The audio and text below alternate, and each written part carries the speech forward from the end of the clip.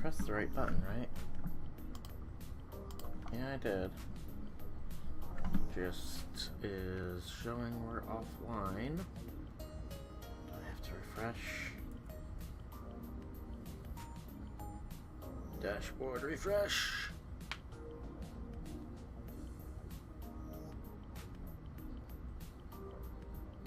There we go. Now we're back. Alright, and indeed we are back with more Fate Extella the Umbral Star. Dinner hath been consumed by myself. So, let us pick up where we left off and try and finish off Tamammo's story. But first, some talkie time. So we both our share of bruises this time. After all these battles, we're still breathing. Even with the extra strength from the regalia, I admit I'm a little winded. She's right. Altera is one severely powerful woman. And we were both winded to begin with after fighting Saber. It's a wonder we survived at all. I'm definitely a little drained myself. How did we survive that? Here's the regalia to boost our speed. That's how we managed to escape. As you can see, I had to call up every drop of mana I had left after all that fighting. But not to worry, this lovely, lovely Temple of Pleasure is always open to both healing and relaxation. Temple of what? Lovely, lovely. She must be tired. Might as well call the palace Jungle Palace or Donkey Palace we're at it. Okay, I'm tired too. I swallow all those words and settle down. It's the lovely room, lovely my room. It's much better than other people's rooms. That is, it will be better once we finish adding all the other features. Just lie back and look forward to that. Well, it certainly looks like she's in good spirits at least. I'm glad for that. Well, don't get me wrong, I'm exhausted at the core. I just happen to enjoy thinking about luxuries. So with that said, here we are. With one futon and 2 pillows, time to get some rest. And if we rest together, the healing effect will be doubled. Incidentally, I have declared today the Queen's Day off. Just as I think she's going in for a hug, she collapses on the futon, taking me with her. As I look up in surprise, darling, Tama wants a new kimono. She's fallen asleep so fast it makes it look like she fainted. Aw. Carrying me all the way back here must have been really taking a toll on her. As I caress her soft pace, I close my eyes. At least the battle with Saber is over now. We can start worrying about Altera when we wake up. So adorable. And now we flash back to earlier in the day with the lap pillow. I think we should pick up where we left off with that lap pillow business. Just hold still and relax. You'll figure it out. In fact, could you even resist the temptation to fall asleep? There's no better place to sleep in the world. Call this a low-resistance stride-mated pillow. LRSMP for short. You can even call it my second noble phantasm. Here, let me... Cass's fingers gently brush through my hair. Ah yes, that line about her second noble phantasm was not an exaggeration. In fact, I kind of wish it was her first. That eightfold blessing is useless. Oops, my hand slipped and nicked the back of your neck. Darling, did you just think of something naughty?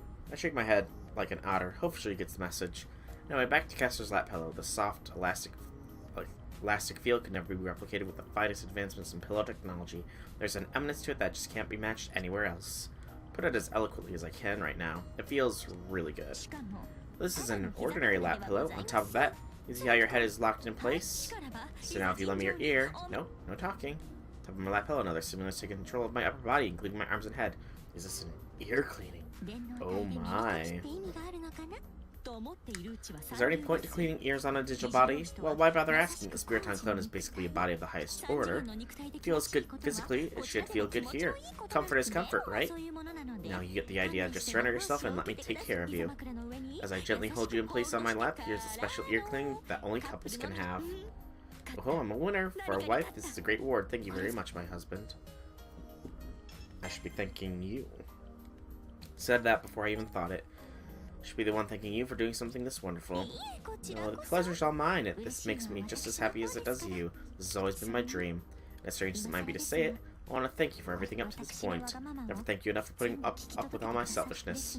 So for now, please just relax and let me do what I do best, okay? Aww. And now we rest. Chapter 4. Memory, First and Forever. Murray Elgay, Stormy Sea Palace. Well, that's a still frame.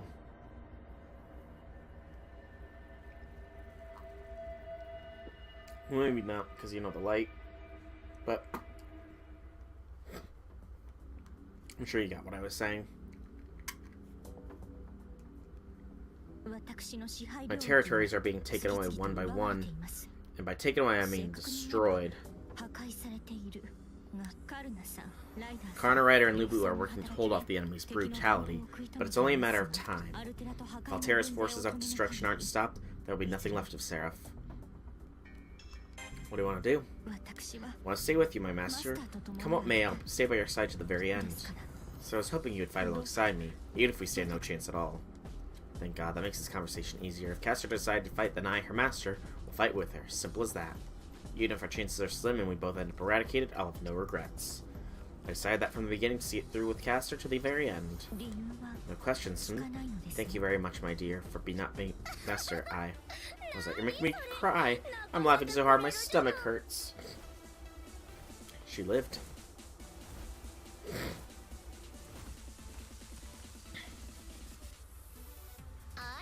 Oh wow, losing your cool already?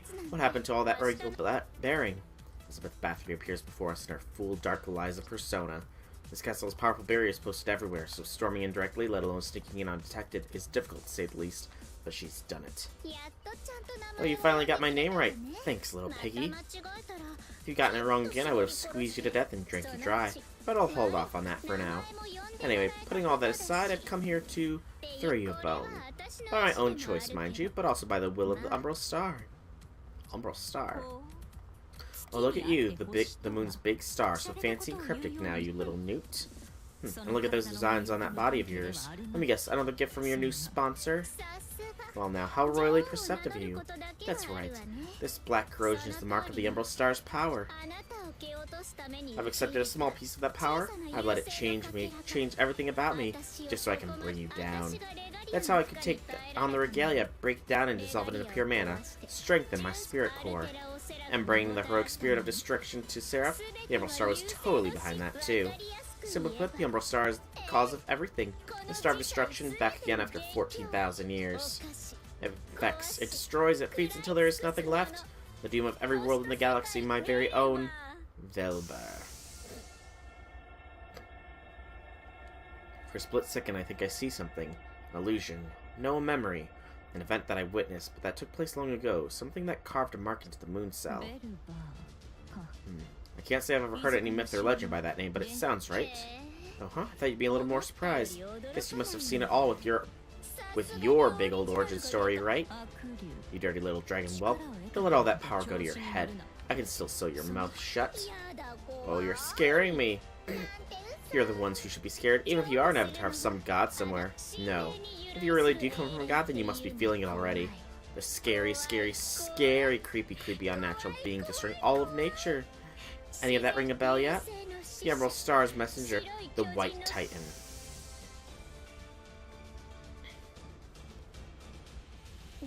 You're shaking, little piggy? Maybe you do remember something. Well, hey, I'll be nice and spell it out for you. The moon cell's automaton is practically absolute. There's basically nothing humanity could do to threaten it. Even when threats do occur, the moon cell doesn't normally consider them enemies, just minor distractions at best. But the moon cell does have one enemy, the enemy. That's what the Umbral Star is, an enemy beyond humanity, beyond our galaxy. In other words, it comes from space and it's evil. Oh, now you remember. Yeah, that's it. The Cosmic Devourer, Velbar, a force of ultimate destruction on a 14,000-year tour. And it's ravaged Earth before, in the Age of the Gods, when the Earth was with true Aether, long ago. The moon cell automaton could barely defend itself. Velbar stabbed the moon and all it could do was wait for the end. But the real hell wasn't on the moon, it was down below. The thorn Velbar dug into the moon cell it sent its material body to the earth. Zephyr, the White Titan. Zephyr Spiritons infected the Earth's wildlife, transforming the creatures completely black, and they trampled all civilization.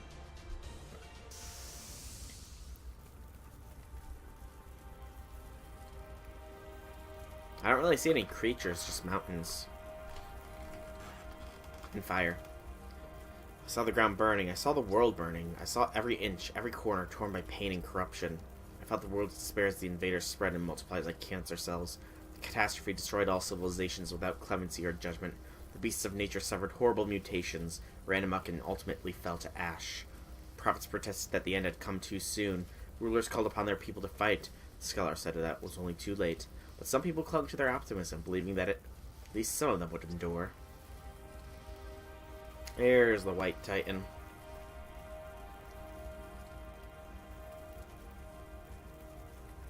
Until the White Titan made its appearance. True story, 14,000 years ago, Velber appeared in this solar system, destroyed all of Earth's early civilizations, and left nothing behind. It took all of the if futures, a bunch of possible outcomes that the moon cell accumulated up until that time.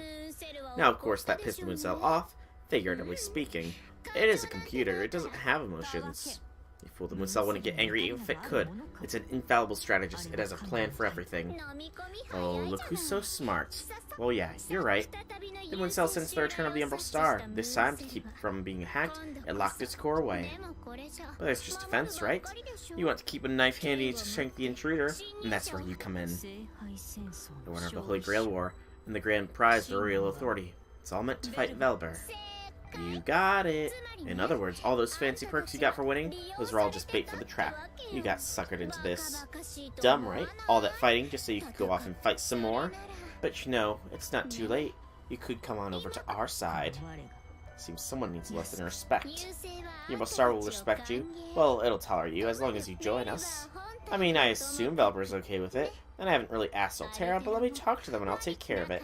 It's not a bad deal, right, Caster? We'll take you and the little piggy. How audacious, how insolent, how rude. I am the ruler of the Millennium Capital. For Seraph? For the world? No, no, forget all that. Now you scurry off, you little newt, and you tell that thing off from me. I'll never forgive Altera for blindsiding me while I was trying to talk and catch up with her. But if war she wants, then I'll accept it. Okay, negotiations over then. Fine, have it your way. For the record, I've been a perfect diplomat here. If we didn't offer terms before a fight, we'd be barbarians. In fact, I'm glad you said all that, especially the part about not fighting for Seraph. If you had said that, I'd have stabbed you. So I have to ask, because it's kind of weird, what's your problem with Altera anyway? You're an anti-hero, you destroy humans or they destroy you. Altera and I are just the same way. If you don't care what happens to Seraph, then why don't we all conquer together and have some fun? Yes, that would be fun. I am an anti-hero. I was never meant to be good. Humans have always feared me and they never respected me. See, you understand that about yourself. So we should all shake hands and... You think all humans get along or all monsters get along? Oh, you're so adorable, you know that? You don't understand. You may be an anti-hero, but you're still human, too. Monsters attack humans because humans are their favorite. They're tender and warm, and they come in so many delicious flavors. We don't hate them. What we do hate are the inhuman monsters, and those we hate from the bottom of our hearts. Oh, okay. Now I see how you feel. You know, it's funny. I almost bought all that confidence. You look like you almost bought it, but here you are, grasping at straws. You can't even be together with humans. Even if you try, you know it never ends well. So you just want to milk what you've got until your luck runs out. Maid. Nailed it, didn't I? Well, too bad I couldn't poach you, but regardless, mission clear. It's been fun, Caster. I'm done emceeing now, so all that's left is the main event. You bring my senior, I'll give you what you deserve. You'll die like the shriveled old bug you are, and then I'll mount the little piggy's head right next to yours. Hey, what did I do? Caster, I have an emergency report. An enemy servant attacked the territory I was guarding and grounded to dust instantly. I cannot describe how strong they are. Razor, hear that. Are you alright, my honored guest? Personally, I'm fine, but let me say it again. The enemy will grind everything to dust. The enemy servant's forces of destruction have established their base in the ancient temple territory. As long as he's there, they have the edge and firepower. I put our chances at 50-50 if we can get to him.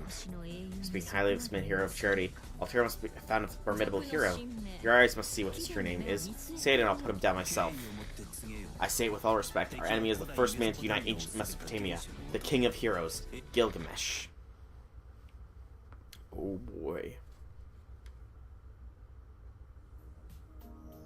And back to our room.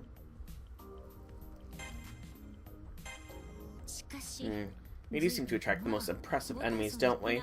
The king of heroes himself, and here I assume the vanguards of the Umbral Star would be some kind of aliens. And it would be funny if it weren't so sad.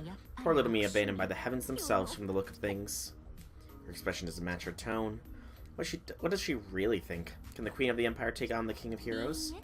No, you didn't think I could, did you? If we're just comparing spiritual cores, he outclasses me by leaps and bounds. But I do have to have a trump card.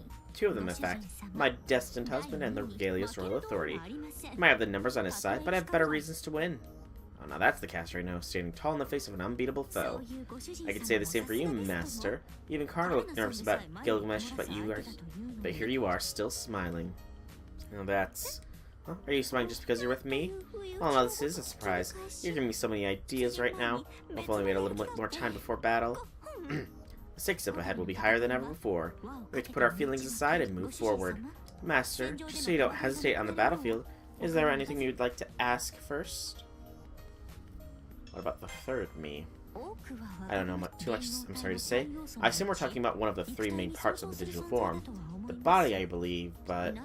Why does Altera has the body, whether the body is her prisoner, or there's something else that's going on? That I can't say. Maybe Archimedes might have known. Sorry, there's nothing else I can say right now. Okay, to battle! The 4th stage. Side missions. 4 bread. Enemies will transform. 1800 and use Noble Phantasm once. Sounds like a plan. We're only just making the level requirements too, which is kind of funny. Only just.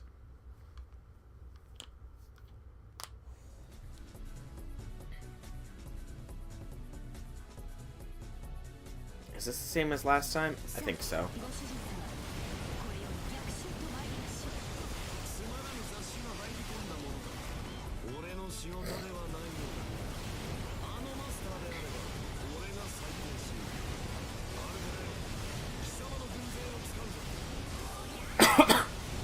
Gilgamesh is commanding the forces of destruction.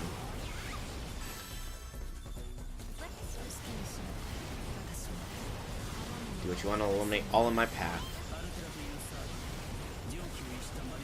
Servant Altera, her man is unpredictable. She's well above the heroic spirit. If you approach her carelessly, you won't walk away unscathed.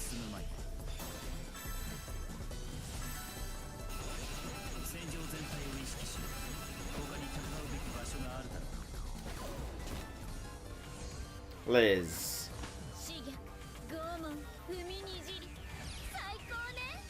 Bloody demoness of the void, corroded Liz.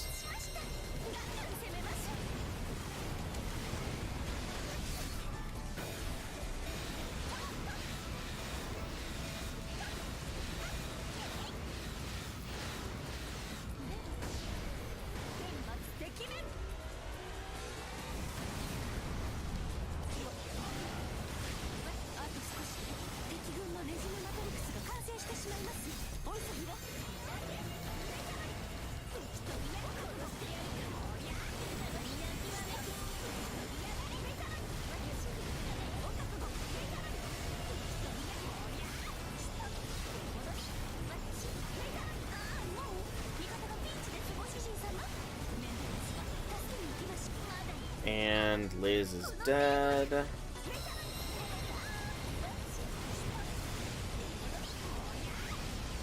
Or at least defeated.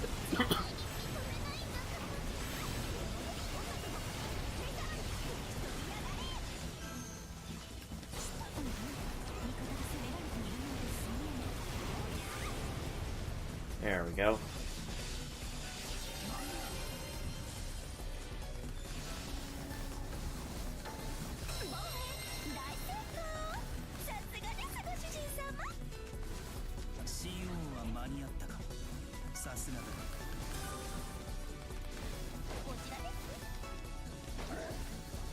Oh, not there.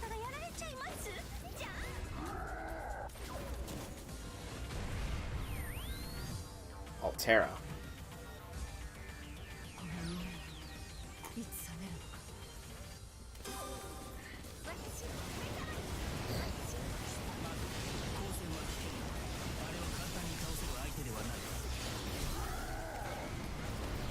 Okay, I did not click that way.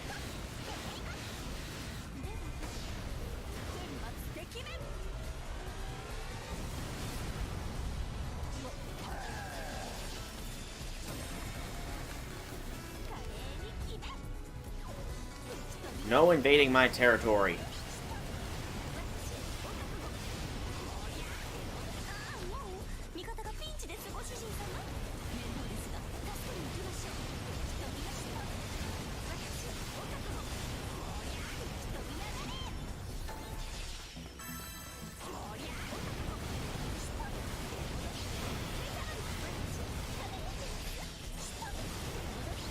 on, last aggressor, show up.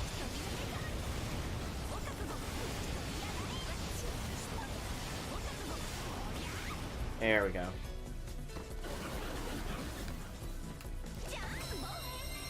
No, not here.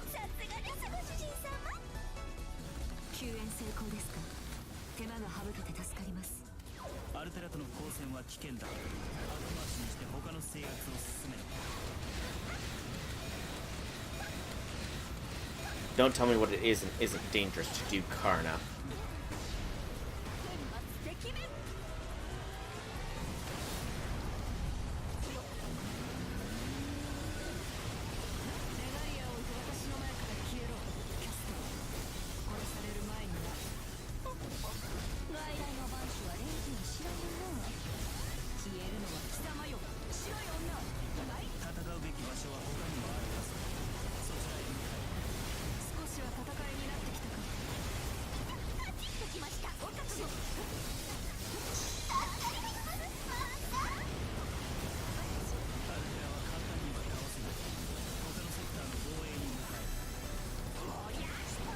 Don't tell me who to focus on, Karna.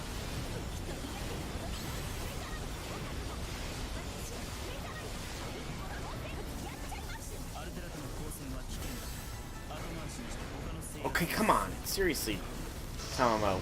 Focus on the proper person. You're even locked onto her, so you shouldn't be missing so much. Karna, I will do what I do.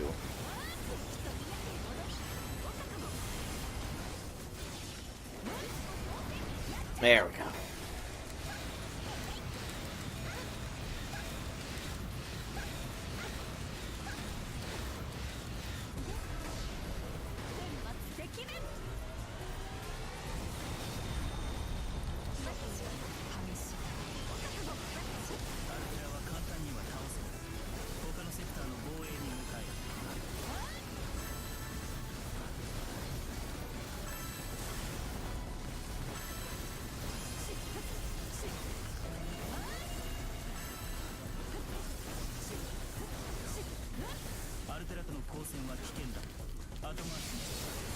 And then we go regalia mode.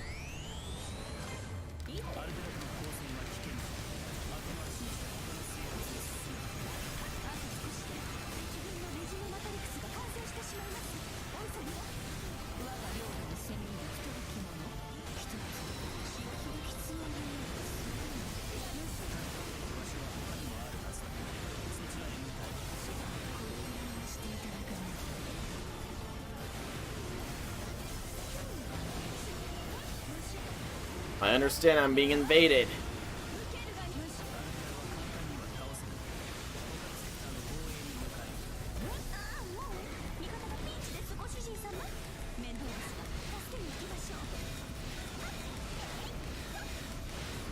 But we will succeed in taking Altera down.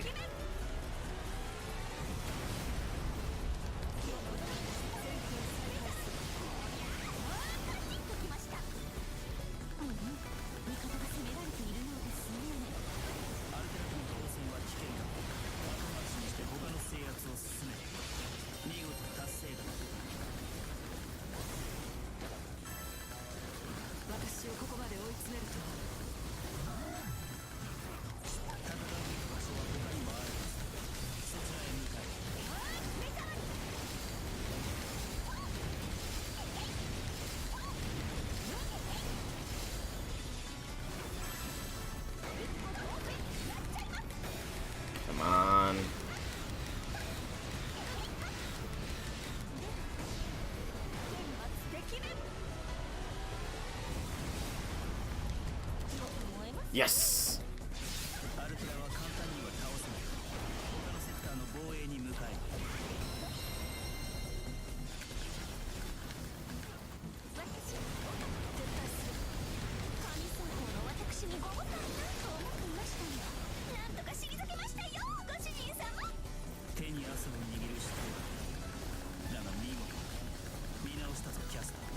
Alright.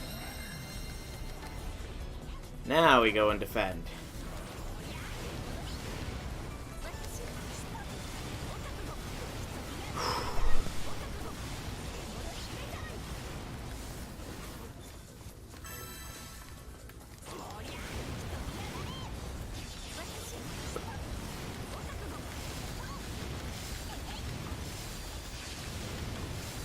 I knew I could do it.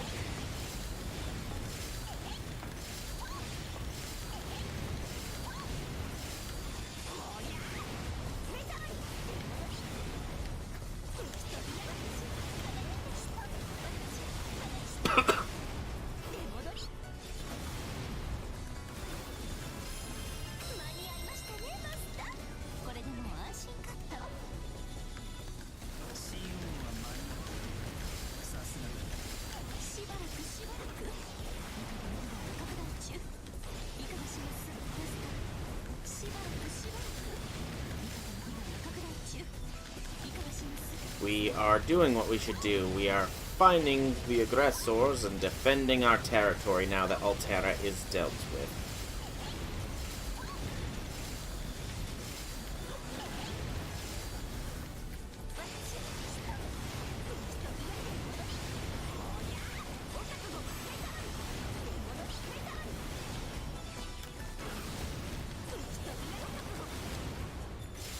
There we go.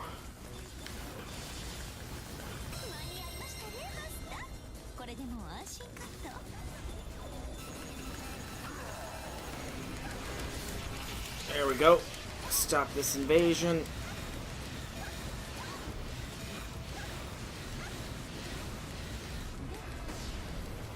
And then go and help Lubu.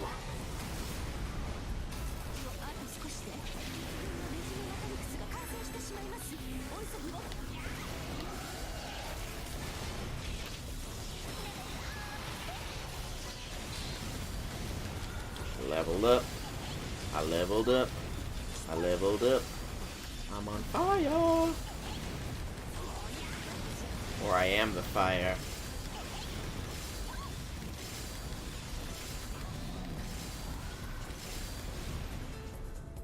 Another one bites the dust.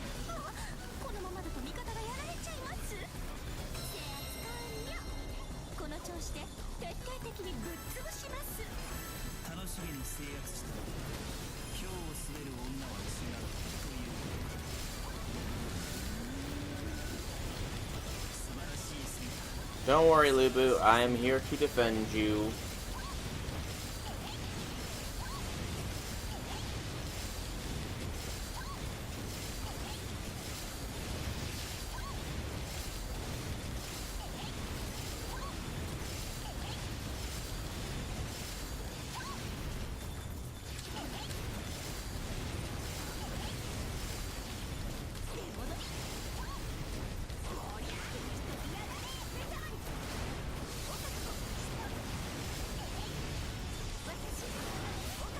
There we go.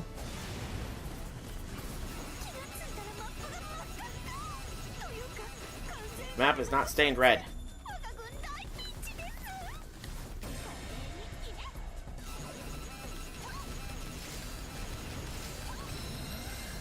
Oh, that's why. It's because they took that 4 area now.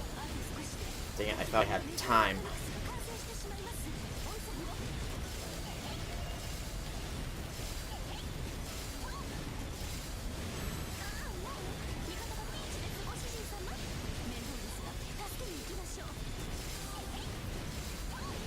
Another plant.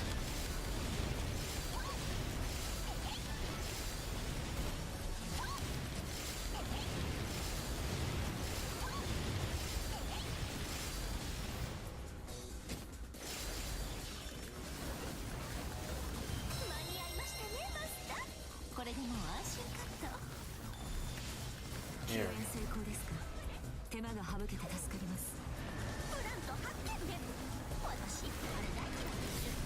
No. No plants. Not in my garden.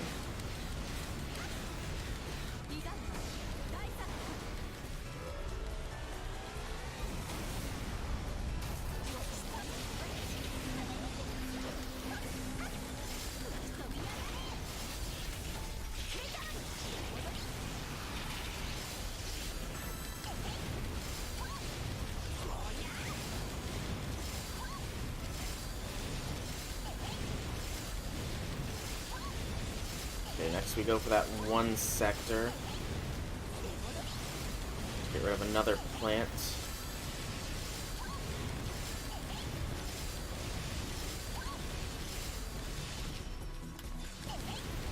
rolling around attack is quite powerful, though a little hard to aim.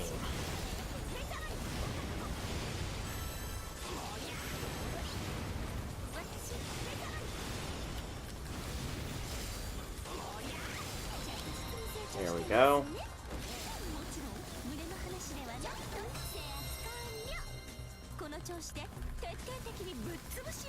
Bye, Medusa. Bye, Medusa. And that way we get in here. Plant, plant, plant, plant, plant, plant, plant, plant, plant, plant, plant, plant, plant, plant, plant. There's the plant.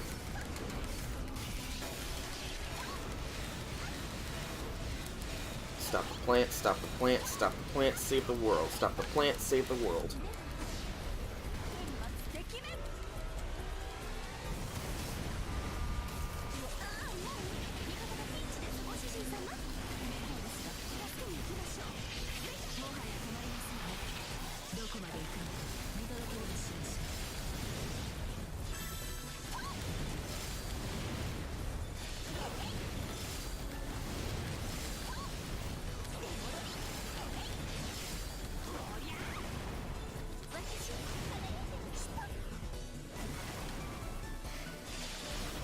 Another one bites the dust. I'm sure that sector can defend itself for a little bit of time. So we get rid of this plant.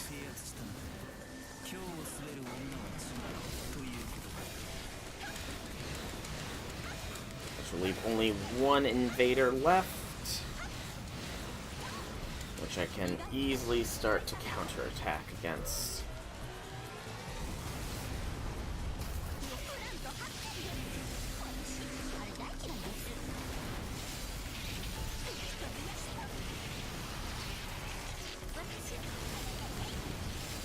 There we go.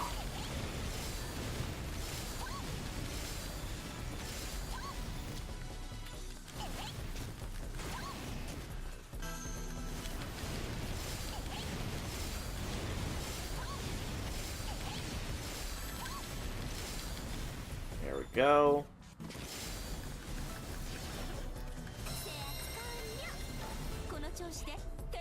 And then here we have Jean.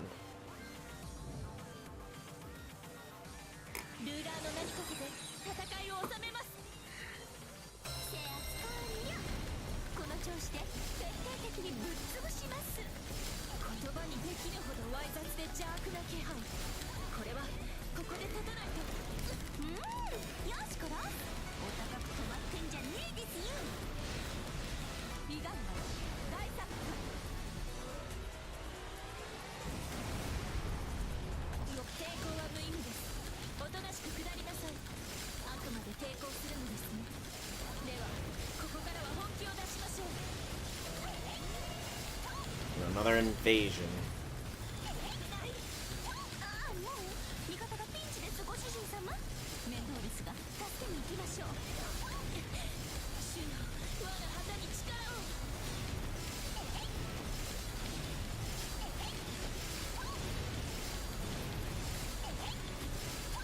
I really do like this attack.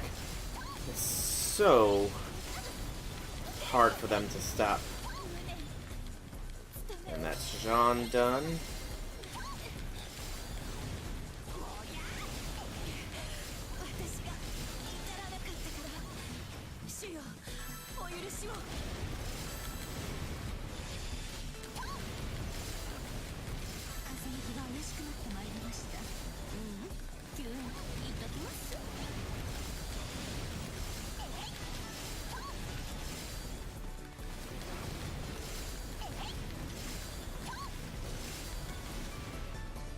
Go.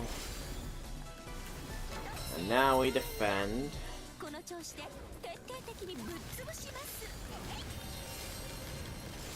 Might say it's complete, but it's not really complete until the invasions have stopped.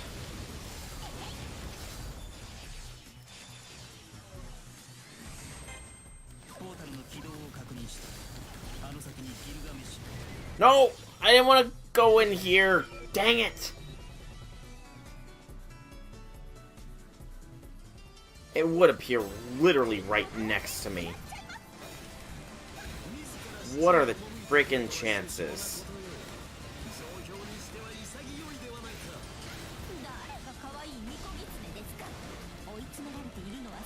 Really, what are the odds that that would happen?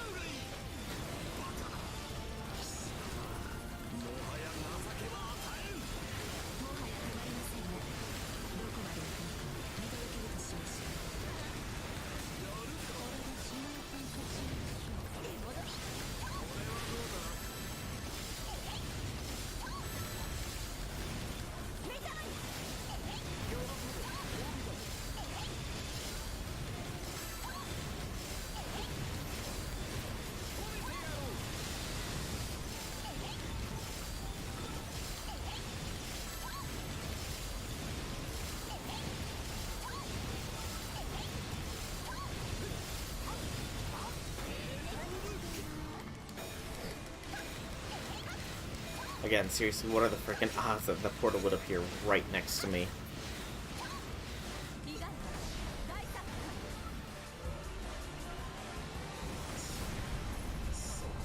Low odds is what it is.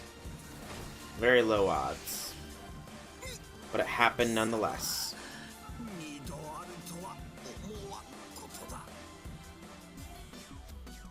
Low rank this time.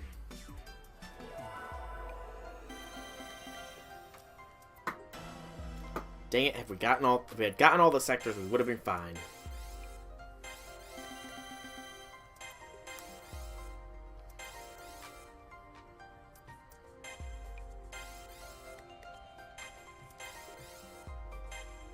I'm disappointed in myself more than anything.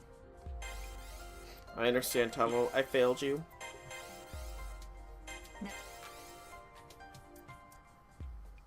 It's because I didn't get the freaking thing. Cursed game! Here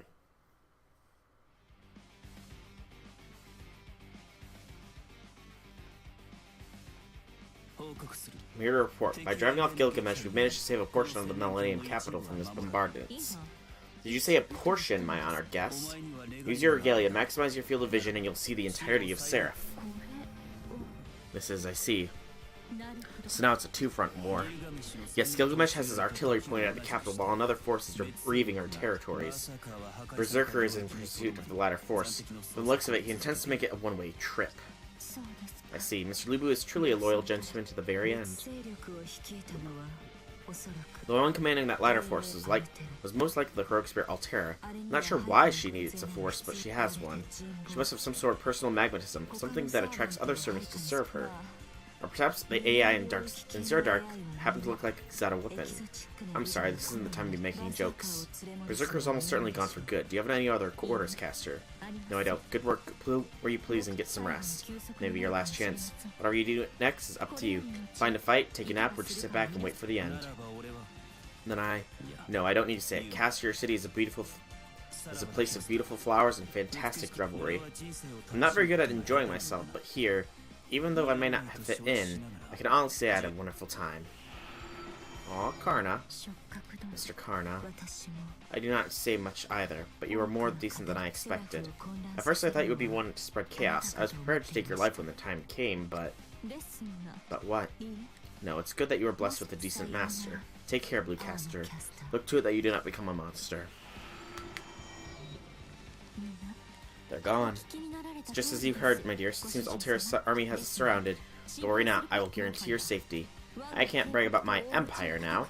This is a battle for survival. Let us fight and send a message to our would-be destroyers. Let them know that by the sun who shines over the mountains, the rivers, and the watery heavens, our brilliance will never fade. Very motivational.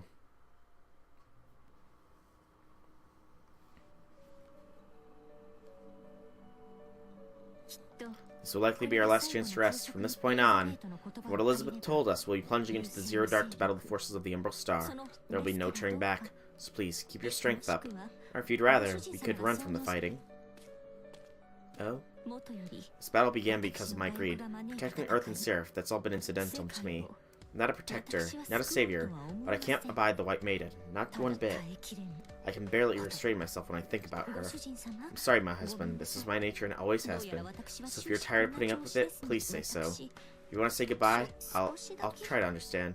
Not without tearing up a bit, but still. Here are modest words I managed to smile. Not out of amusement, but out of affection. Here she is, the queen of the Millennium Capital, and I finally see her softer side. Aside from this palace, everything she had is shattered now, and all the glory she had thought she had is gone. Under the weight of all that, she finally says it. Her show of courage as she tries to hold so hard to be the perfect wife is everything I could hope for in one. At the same time, I know there are still things she's holding back. I think there's something she's ashamed of, something she can't express yet. And that's a bigger issue than the Umbral Star, even if it's hard to put it all into words. All I have to go on as far as this goes are vague feelings and subtle gestures. Like the way she closed her eyes in apology. Regardless of all that, I should let her know where I stand. It may only be the soul of Draconis, and maybe there's more going on than I understand, but I've known from the start that I'll stay with Castor until the very end. My husband. In her clear golden eyes, my reflection glitters like luminous light. Her beautiful gaze sweeps me away from the far from the threat of Seraph to the other Earth, or the Earth, far from the 14,000-year cycle of destruction. Everything else disappears in an instant. I want to be with her and her, only her, even if it's just for this one moment. Castor, you've lived an extravagant life. Shoved aside anything that didn't interest you, and all without caring what anyone thought. Though you were cast as a villain, your insights and your natural curiosity brought out the best in other people. Despite sometimes feeling ashamed of the evil inside you, you're still fighting to overcome it, and always with a smile. My dearest. The instant she whispers, I feel like my body is falling away. Oh no. So you'll stay and fight, fragile little mortals always rushing to embrace their own morality. Even as a symbolic gesture, it's pointless. No one will remember you. The Umbral Star will erase your entire story. It always does. What you're doing is the very definition of futility. The outcome is literally written in stone. And even so, you're still going to fight me, Soul Draconis? As in front of me, her eyes piercing at me curiously. Even the hardened warrior I always knew she was. I see, just as I thought. Humans never learn. It's pointless to teach you. You flicker into being, sputter for a moment, and then die. Too weak to survive in my presence. However, understand this. What I'm after is not the moon cell, it's the regalia. Foolish as you might be, you can understand that much, don't you? I get it. Well, I don't, but I nod anyway. The regalia is the key to the moon cell, but she says she only wants the regalia itself. Why exactly would she want only one without the other? Why would she talk to me about it? Something's not quite right here. She stays silent. I hope she'd give me at least a thorough remark, but she doesn't. Meanwhile, I can't think of anything to say back, and I'm not in the position to demand that she talk about what's going on. I try to think through what I want to say to her. I want to ask her why her tone seems different this time compared to the last time she appeared in my room. I want to ask which is the real Altera, but then again, I don't think either one is the mask she wears. You seem to understand. Of course, you're my prisoner, but I'm still waiting for your answer. My head hurts. It's easy to talk to you like this. I always have to. Soul Draconis, when will I awaken from this dream? I've said enough. If you understand, then prove it in battle. If you do that, I'll let you live on as my slave. Fight on, and you and Castor will reach the Zero Dark soon enough. And then, with the Sword of Mars, I will eliminate you both. Permanently.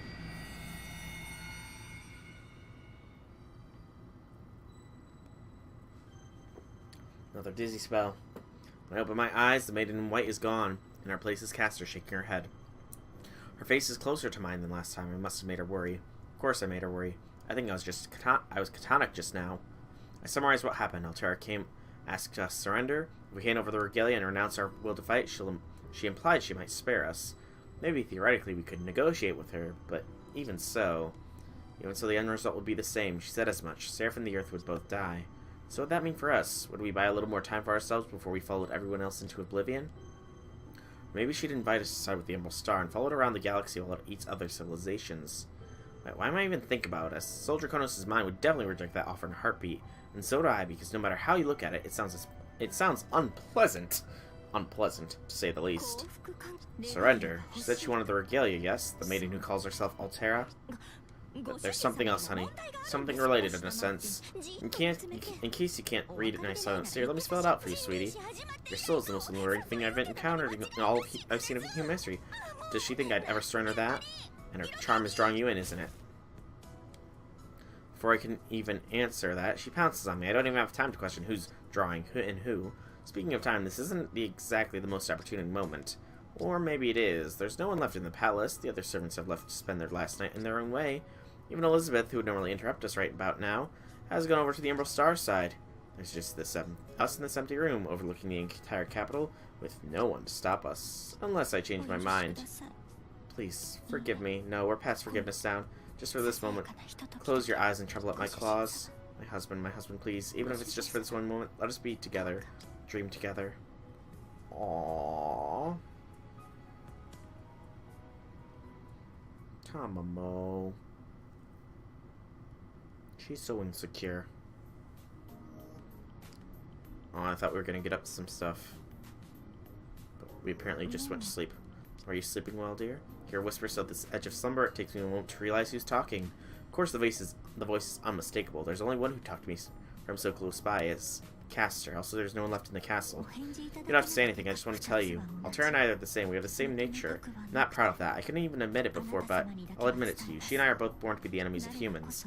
I understand how she wants to dominate humans by force, because we're both monsters. It's so much easier for creatures without hearts. At first I don't understand. The way she's talking, is she punishing herself? Or is she talking to Altera, since she says they're the same? I hear pity in her voice, but something else too. Something closer to the heart. When I think a little bit more, it hits me. Does Tamammo believe that Altera is suffering too? Does that mean Altera has a heart? My husband? Oh. Then please forget I said anything.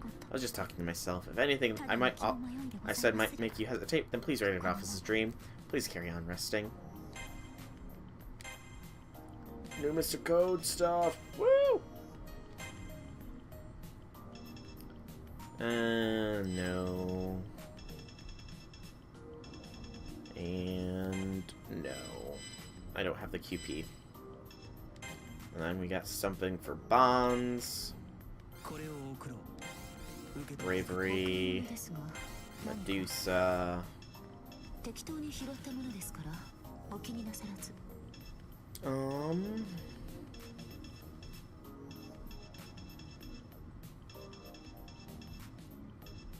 Okay.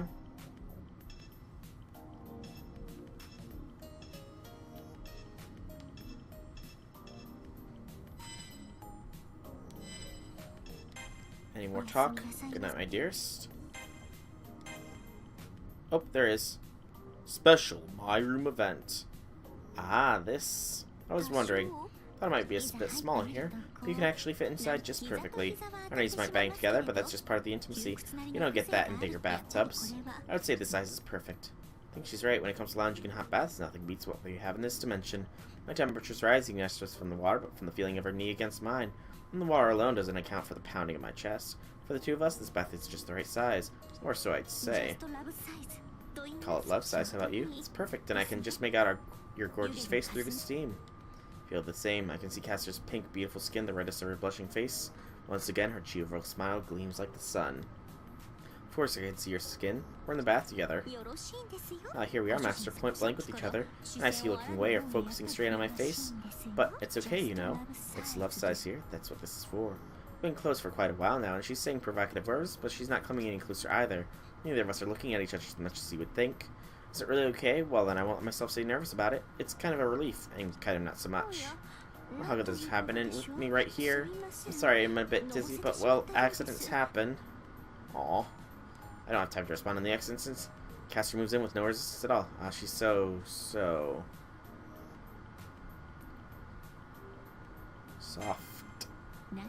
What is soft, my husband? No objections, it's totally small after all, and right?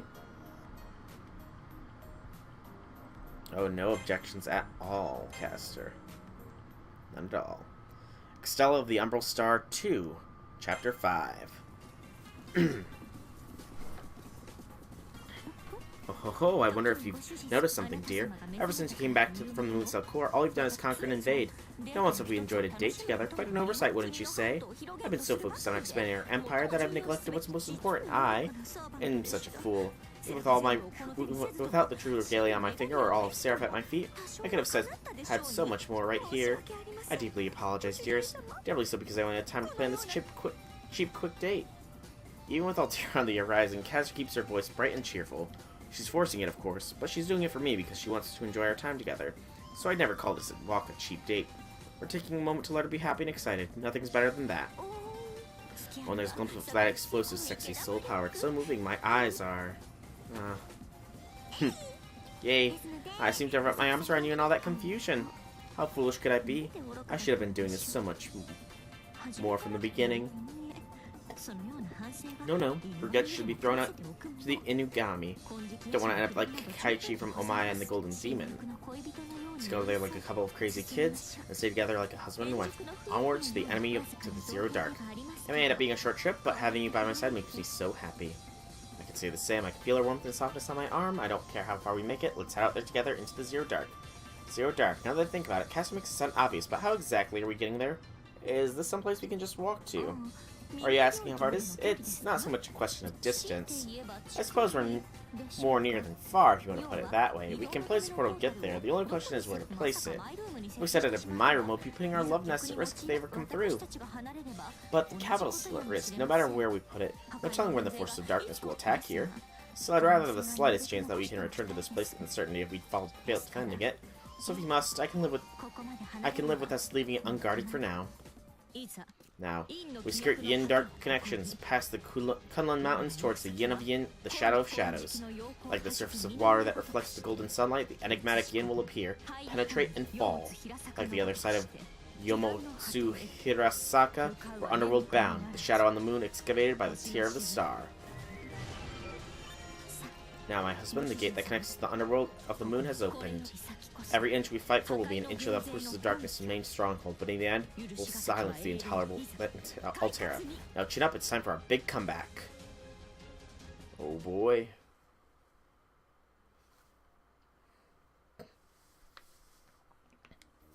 And back to our room. For one last talk. Oh, but first, let's get another moment. Just one more moment. Why don't we treat ourselves to a little enjoyment, then we can face battle fresh and ready.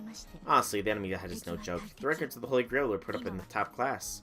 That almost feels surreal, but if Casper says so, it must be true. I don't doubt her, and I don't plan on giving up. This wouldn't be the first time we've done impossible together. Just look at our fight with Gilgamesh. So I won't lose hope now. Let's stand up and strike back, I say. Yes, I know exactly what we'll do. We'll outfox the enemy and come with a great victory feast. Or a small intimate meal in our own little room. As long as we're together, our love nest will be brighter than heaven's rays. Heaven's rays, the sun.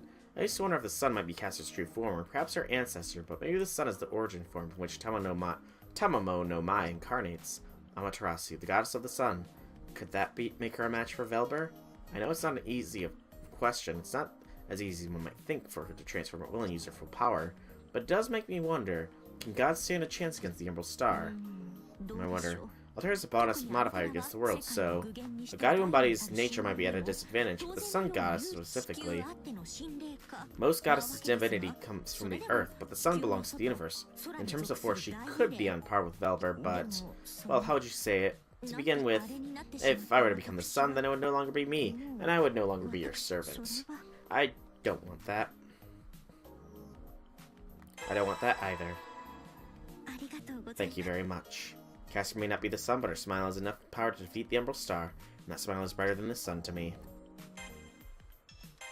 Did we unlock a new install skill? No. I was kind of hoping, but... To battle! Side missions, 120 while transformed. 3 Extella maneuvers, defeat 500 enemies, and use our noble phantasm. Alrighty. Easy mode, because that's the recommended level. That despite having experience boost, we are not hitting beyond it. The noble phantasm might be tricky since I can never find all of them. It feels. Oh.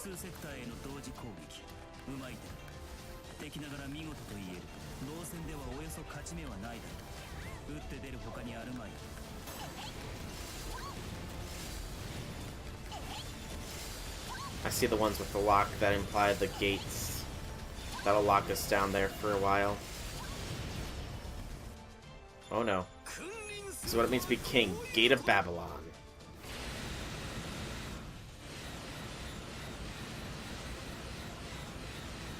Gonna have to fight off Gil again.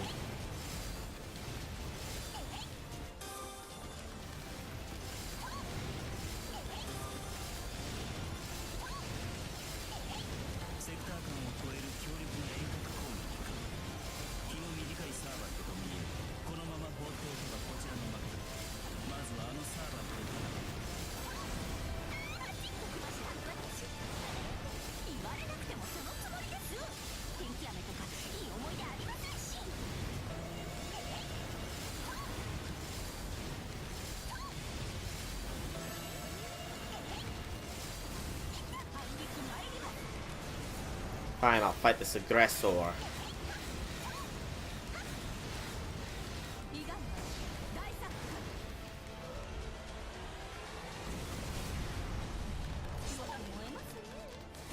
There we go.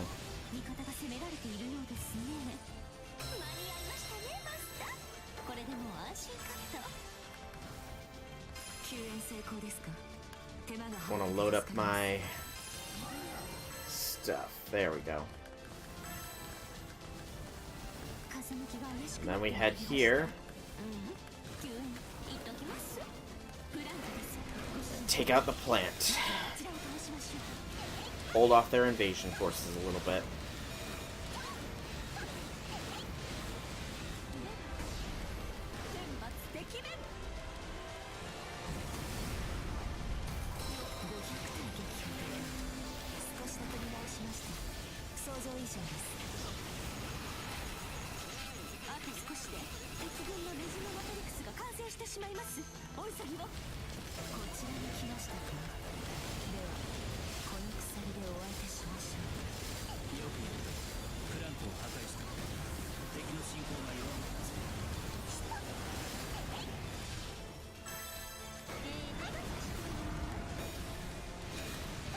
Okay, so from 2 we go to the one right adjacent to it, then down to the bottom right to fight off the invasion down there.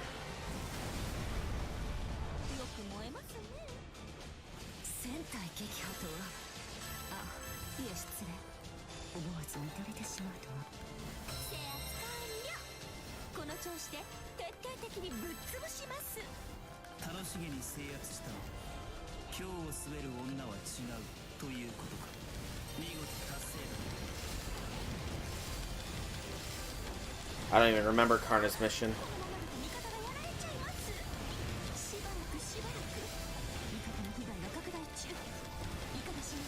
I know Tamammo's is killing a lot of enemies in the Extella form, or whatever you want to call it. Moon Crux form, or what have you.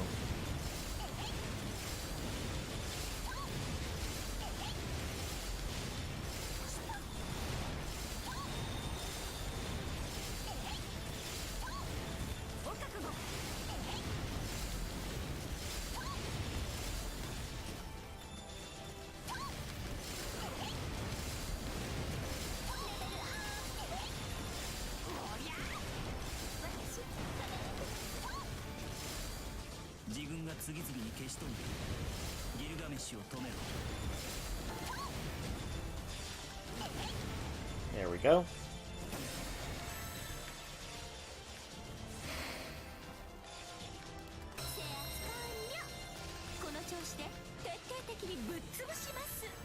And now down this way to hold off invasion. From Iskander, apparently.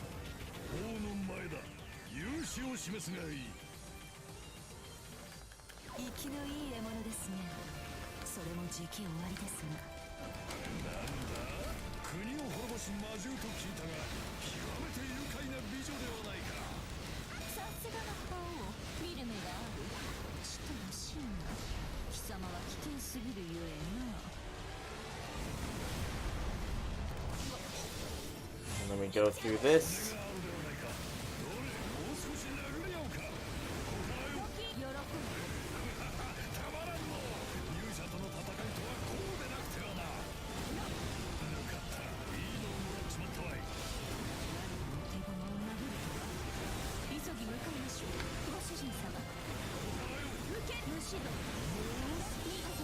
There we go. Tamammo's side mission is complete, like I hoped to accomplish here.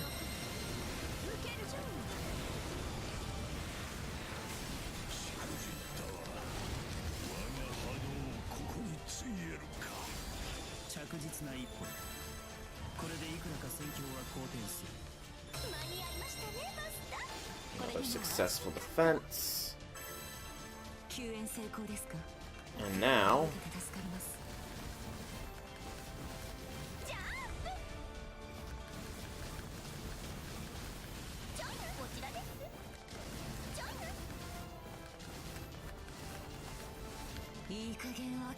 This way. Not going straight ahead because that is straight ahead was Gilgamesh, and I'm not gonna fight him just yet.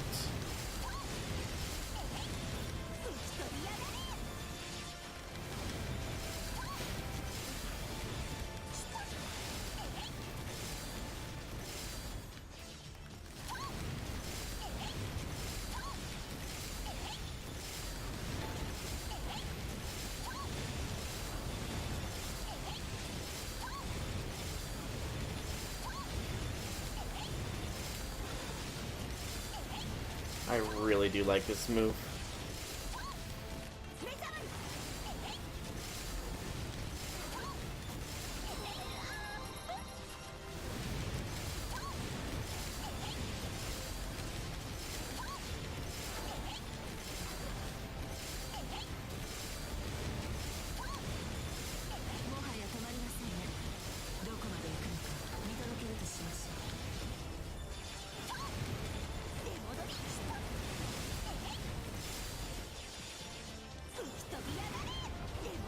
And from here,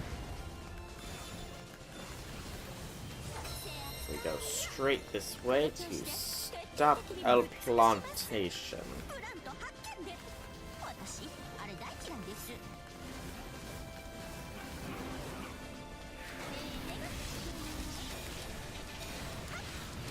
And then we go to stop Liz.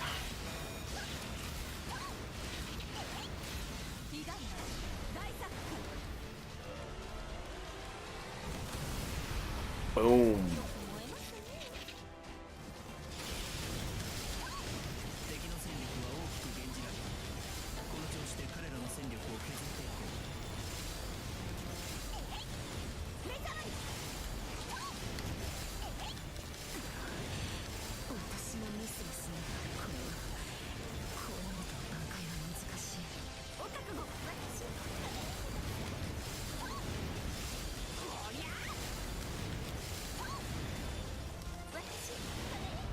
There we go.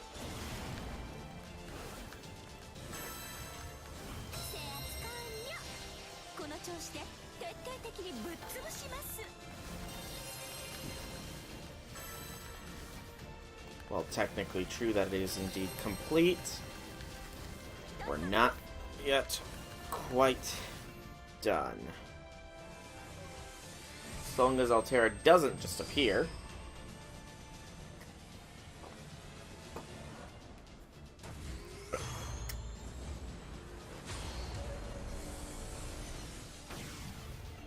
Okay, it's just a portal. Now I gotta be careful we don't accidentally roll into this portal.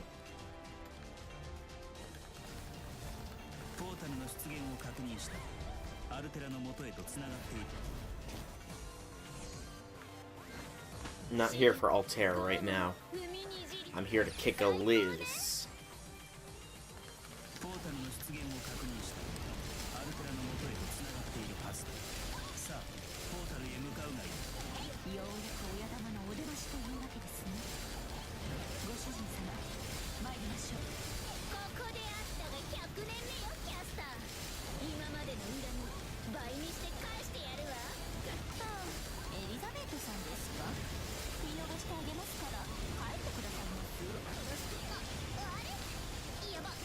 Of course I'm pushing you back.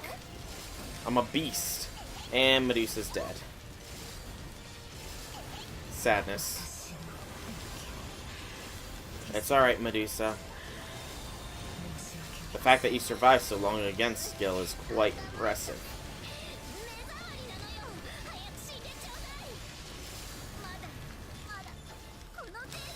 And that's Liz done.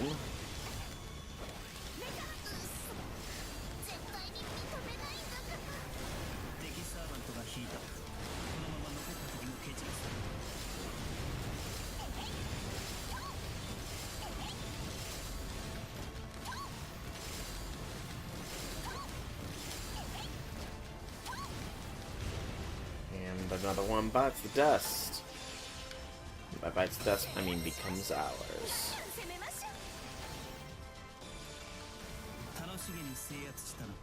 Alright. Next is the Gil fight. And again, only one bit of the Noble Phantasm is ours.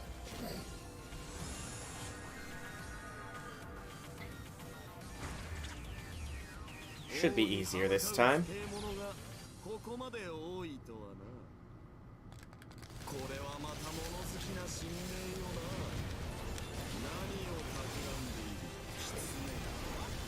Gosh darn it, Gil.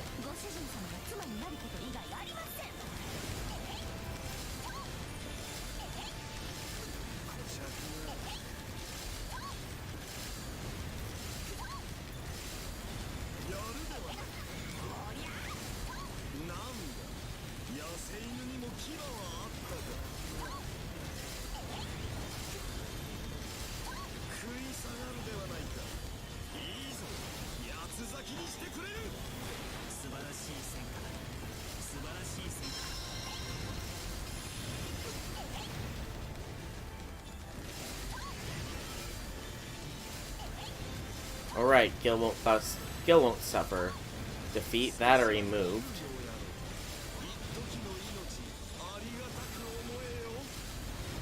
Both of which are entirely possible.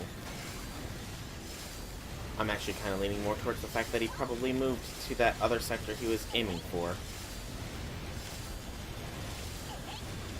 Which would not be so good for us.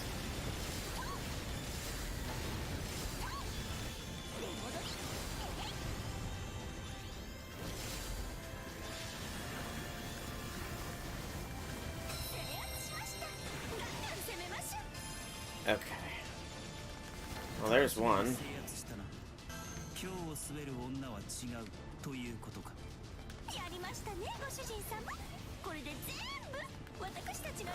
Let's see if I can't find that last bit of Noble Phantasm.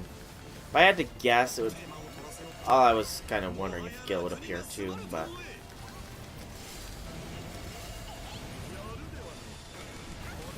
It's good to have that confirmation that my intuition was correct.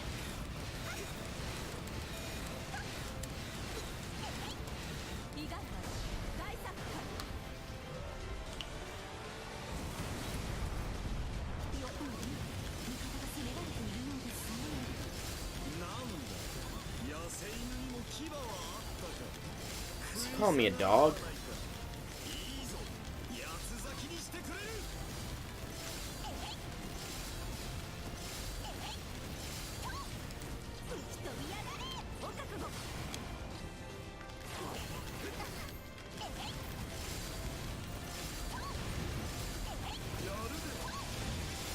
You should know better than that, Gil. You don't call ladies dogs. It's rude.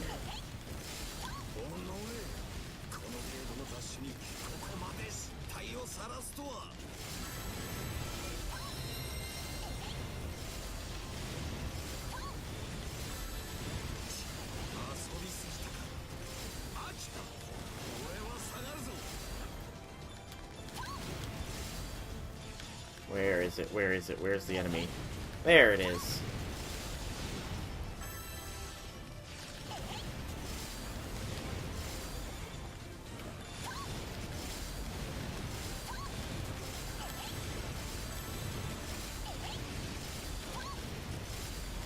There we go. And all of them bite the dust. Ah. So, now let's really try and find this final freaking Noble Phantasm thing. Life will be a lot easier if we have Noble Phantasm power.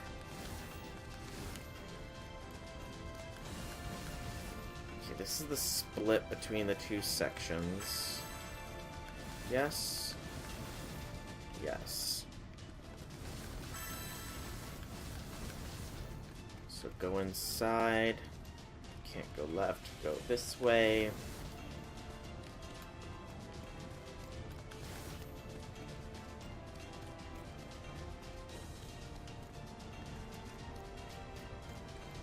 Nope, I don't even know why there's an arrow in this little alcove, but okay.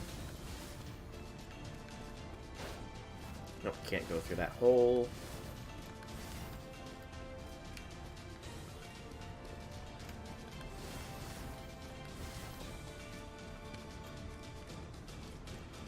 And not in this little alcove either. This area is opened enough that I can't imagine it hiding. Plus, I think we got the first one from here anyways. Guess we go here real quick check.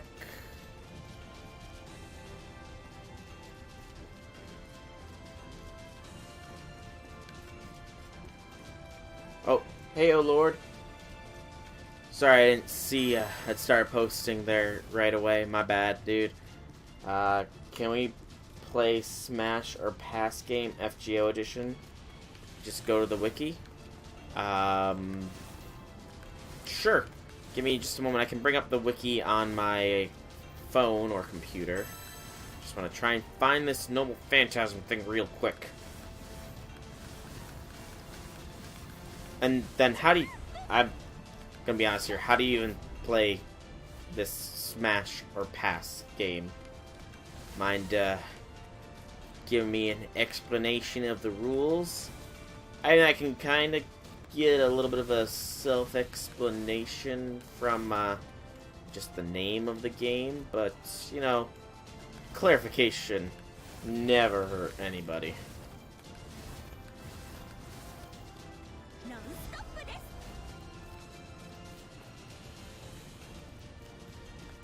There's one thing, but that's not the thing I'm looking for. Orange one. Orange one.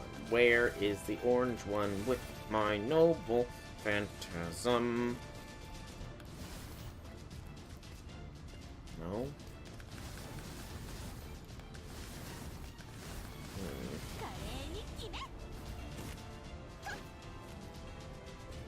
Okay.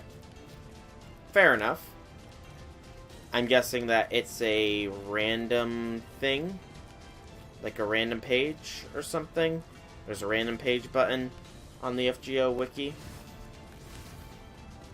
that'll take you to just a random servant, and that's how you decide. Ooh, look at all this money. But no Noble Phantasm.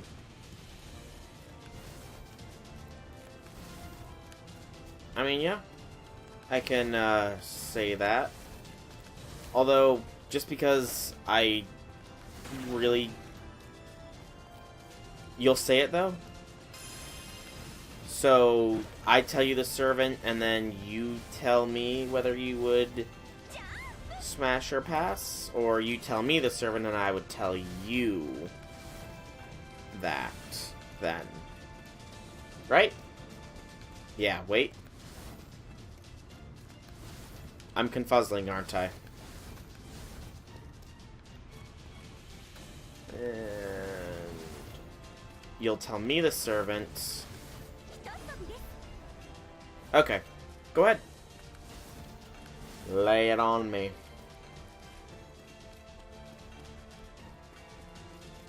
Give me the first one.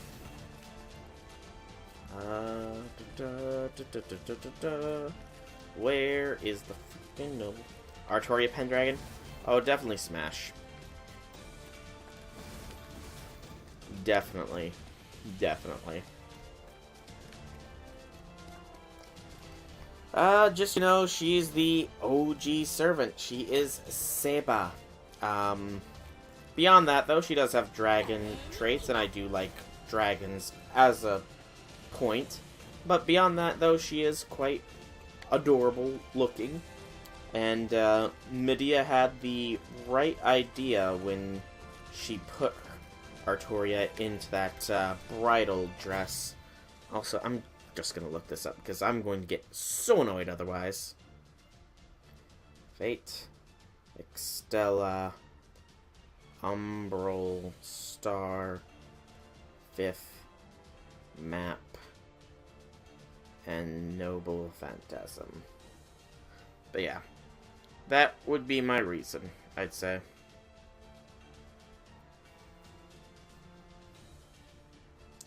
She is quite adorable.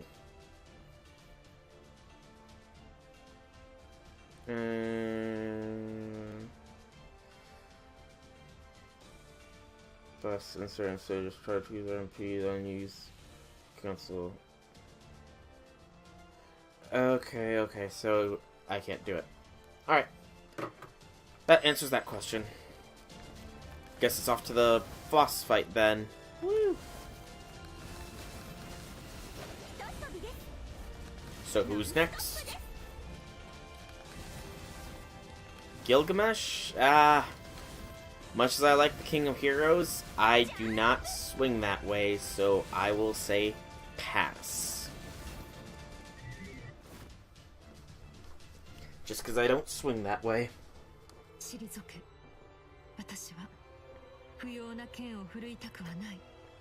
Sandman, I'd rather you didn't make me use this. I have power to crush your civilization and your lives. We both know it, so... Oh, what is this? The self-proclaimed great king of destruction hesitating now? Are you planning to kill me with laughter? What nonsense. All you're doing is proving what a mess you are inside. All that power and you still sent that little new out to ask for cooperation. Even now, you still expect us to surrender. You have the sword of invincible power and you hide behind a shield of doubt. Do you not see the contradiction? I don't need you to tell me of that. I won't say I have no regrets, but... that has nothing to do with you, and the fact remains you're weaker than I am. Caster, give me the regalia and I promise to protect your lives with all my power. Obviously Smash, because after dragons, kitsunes are my second favorite mythical creature. Most definitely. Most definitely. The fluffy tails, I need to touch the fluffy tail. Sword in hand, Altera quietly declares her proposal. She doesn't look like the Umbral Star's messenger right now. She looks like a young woman with an earnest wish. I suddenly have to question the whole situation. I think we're misunderstanding the reason she wants the regalia. Why would someone so devoted to destruction be so interested in the Mooncell Automaton's royal authority? For the Umbral Star? For destruction's sake? It's true that the Mooncell will be defenseless without it, and would only be able to sit here and watch itself die. So that's the obvious reason why the Umbral Star's messenger would want it. Which makes sense. I still think that there's some kind of misunderstanding here because, honestly, Altera could destroy the Mooncell without the regalia. It's only an innocence to her at best. So, what? Does she actually want to destroy the regalia, or does she want to possess it for some reason? Hahaha, that is outrageous. That speech, that glare, the thought you're... excuse me. That thought behind your eyes. Now I understand, and I can never forgive you. The regalia is the symbol of everything I've achieved, everything I've craved for so long. I've never handed over to the likes of you. Oda. Ooh, that's a tough one. Give me a minute to think on it here. Caster's words are like sharp palms against Altera. I don't think it's wise to provoke her in the middle of negotiations myself. I don't know why Caster's agitated all of a sudden. I want Caster to calm down for a bit. If we keep talking, maybe we can... No, darling, I'm sorry. Can't allow it. I just can't. You look at her and you see a woman in need? Well, I'm a woman as well. That's why I cannot let her take or destroy anything we have. I have nothing to give you. No, it doesn't belong to you alone. Silence.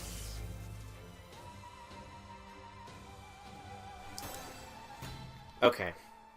So before I actually do the fight, I'll give you my answer. I would have to say...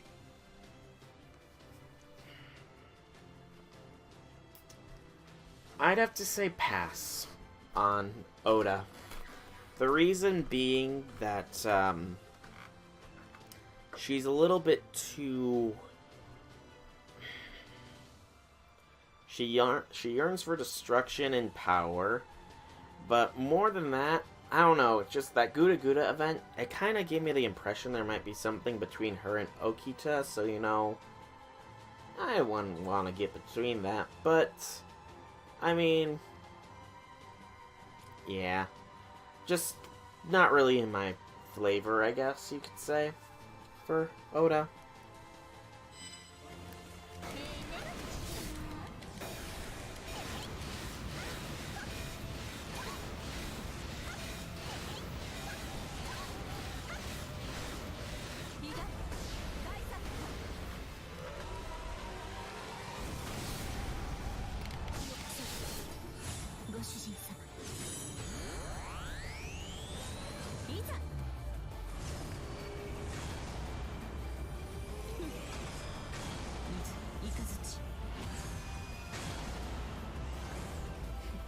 Again, the little hat is always so adorable.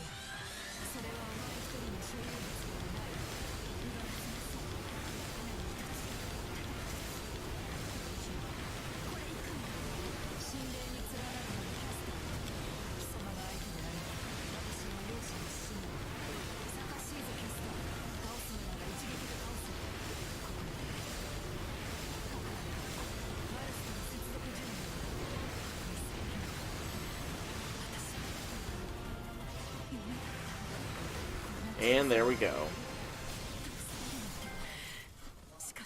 Not even once. Not even sure what that trophy is. Probably not die even once on a playthrough. Yay, EX rank. Phoenix Mantle, Mercury Catalyst for the EX success. Woot. New normal attack chain. Oh, there is a jump attack.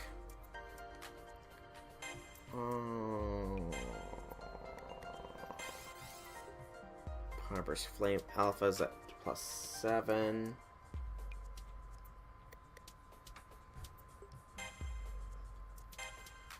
And Flame +6. And a signal upgrade part. Level 9, level 5, level 6, and fail. Because, yay. I totally got a chance to use my Noble Phantasm there. Totally did. Knowledge, courage, those are the powers of humanity and the bane of all monsters. And you are no exception. You are nothing but a lowly beast who fell out of the blackness. Made mistakes by a fragment of the Sutton's embodiment, the Fox of the Heavens, and now by the royal authority. No, you're wrong. I'm not a monster. We are decay, and we welcome the civilizations that nourish us. You cannot win against us. You cannot kill us. Flare effect. Commencing connection with Mars. Firing in 2 seconds. Mars, turn your rage upon me. Pierce the heavens with your tears. Red star. Teardrop. Photon ray. I like that Noble Phantasm is pretty much an orbital freaking laser beam. Forgive me, no servant nor any human heart could ever stand a chance against us. I didn't wish to take your lives. I hope to understand what those lives mean someday, but if you stand my way, I will destroy you. Is that the best you could do? Ha, like water off a duck's back. So much sound and fury, nothing signifying nothing. How naive. What, just one pillar of light? You bragged about the power of the war gods, so go ahead and use it. Oh, I see what you're up to, you little minx. You're afraid to hurt me. You're so hilarious and so incredibly naive. Where? Gods reside in Izumo. For this is proof of my purification. This is the sacred treasure, the mirror of Uka. Eightfold blessings of Amaterasu. Too slow. Drop kick. 5 consecutive attacks slam into Altera. I recognize the spell Goyoku Tenho. Strong spell in the repertoire, now it sees the whole body. Pull off the perfect surprise attack, played on Altera's knowledge for recklessness and tricked her into lowering her guard. It wasn't Caster herself who was swallowed by the Pillar of Light, it was a digital decoy constructed to look like her and at the cost of most of the Regalia's resources. Oh great, so it's dry now. Then lying gunway up above, hiding her presence, waiting for the perfect moment to execute the perfect attack. Doesn't have an innate presence blocking skill, but she was able to rig the Regalia to give her something similar. Cost all the resources the Regalia had left, of course. The Regalia is not intended to be filled with that way, but then that's Caster for you.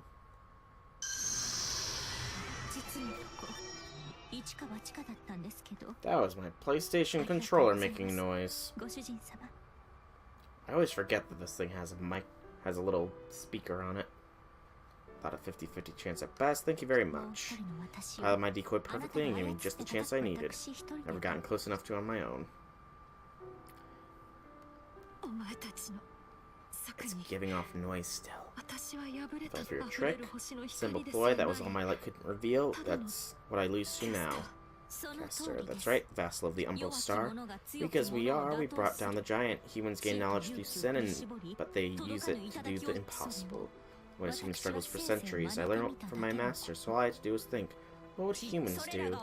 And that's how you were being today, of course. I'm sure you Seen something like it before. Just as I thought, caster, no. Tamammo no mai. You know my past. Again, from the controller. Right next to Altera, figure who looks like me is fierce and stands in front of her. But now that's the most natural thing in the world to me. Just like I saw before with Saber in my mind. It's the body of Soldier Conus. Even though our positions are different, there's no doubt he's me. No matter what happens, he stands up for his servant just like I would.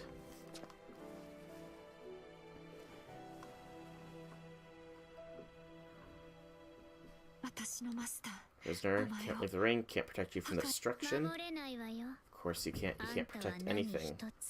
Oh no. So it's not Archimedes. Is Archimedes actually dead in this one then? Well, you could ever protect anything. All you know how to do is destroy. So why don't you drop the whole tragic damsel routine? It's not funny or anything, it just kills your mystique and... Oh wait, I see. This must be your human side. Well, you know what? It's boring as hell. Elizabeth, what do you want?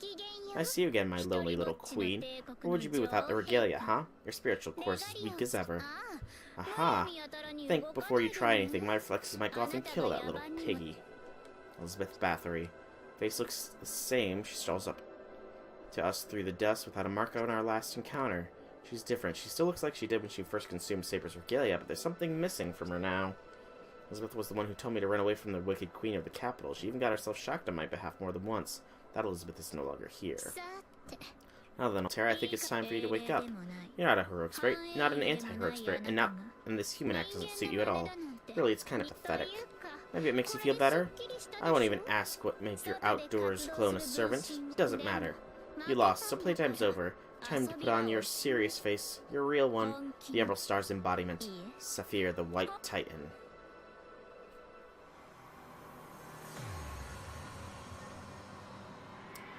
And here we go. No, I don't want to kill anybody, though. And again, the Mangekiro Sharingan, or the Sharingan reveal themselves. No more, I don't want to destroy anything. Don't you hate when you can't admit who you are? Well, I know exactly how you feel.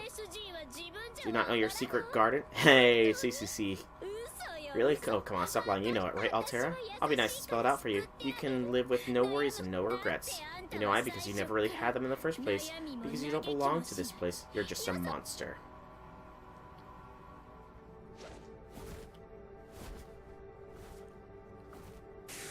And here it comes, once more. It's a giant something. Its spiritual core is firing off terrifying amounts of pressure. Its white light is blinding hot. It's so large I can't take it all at once. A human shadow. When I first start noticing the features, when she first appeared, when I saw her in profile? Or could it be when I saw two shining spots on its head? Oh, and Smash, by the way. The scream seems to shake reality itself. It's not human, it's not a heroic spirit, it's a monster. It's hunger, vast, unstoppable hunger. Oh, that's just disgustingly delicious. So blood-curdling and beautiful, so big and loud. Fun fact, this is just her hatchling stage. The more she destroys, the bigger she gets.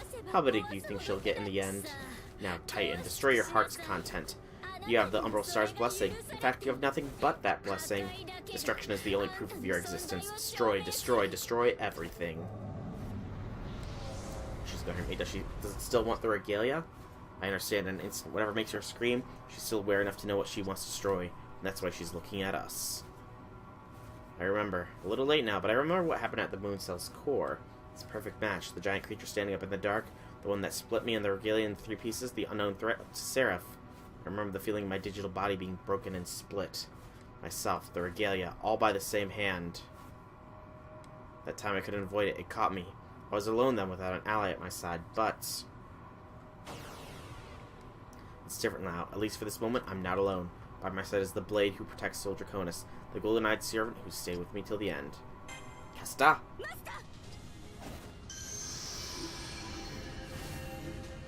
Whee! And reason for Smash is because the duality between the two. We have to pull back. Please hold on. Smash!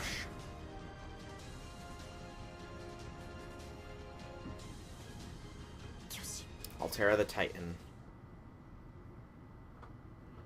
Final chapter, there will be a tomorrow. One is tall and musty, the other is not. It'd be an interesting experience, to say the least.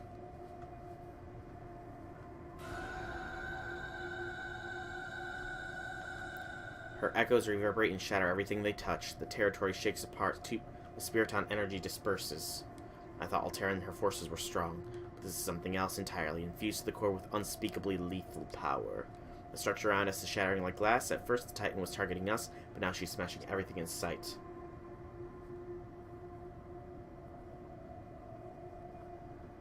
She screams and destroys, she turns and destroys, she breathes and destroys.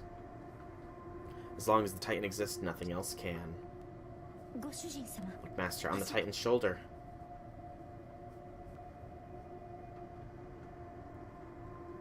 I see a figure. Soldier Cronus' body is standing on the shoulder of the giant. And that third me is being rotted away, broken down. I can tell from here.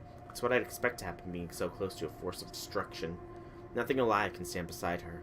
No matter what bonds they may have, no matter what they may have said to each other, her destructive power is absolute. Sephir Titan, the terribly white god from 14,000 years ago. That Titan is loose on Seraph. Could it be? Could this be it? Is this the end? Through quivering lips, Caster speaks my name. I've never seen this vulnerable before, not in the capital, not even the Holy Grail War. I can't think of anything comforting to say. All I can do is stare back. Her eyes flicker with fear, anxiety, even despair. I'm sorry for everything. I want to stay here and I've made so many mistakes. Ever since we fell asleep, I wanted to play the part of the harlot who leads this nation to its doom. I rejected Elizabeth's invitation, ignored Altera's last warning, and I bound you to me and all. I actually have to look that one up. I'm not sure who they are. All because I didn't want to be alone. I don't want to be alone anymore. I was afraid of being by myself again. I had to be strong enough to dominate you, or I thought I had to lose you. That's what I was most afraid of.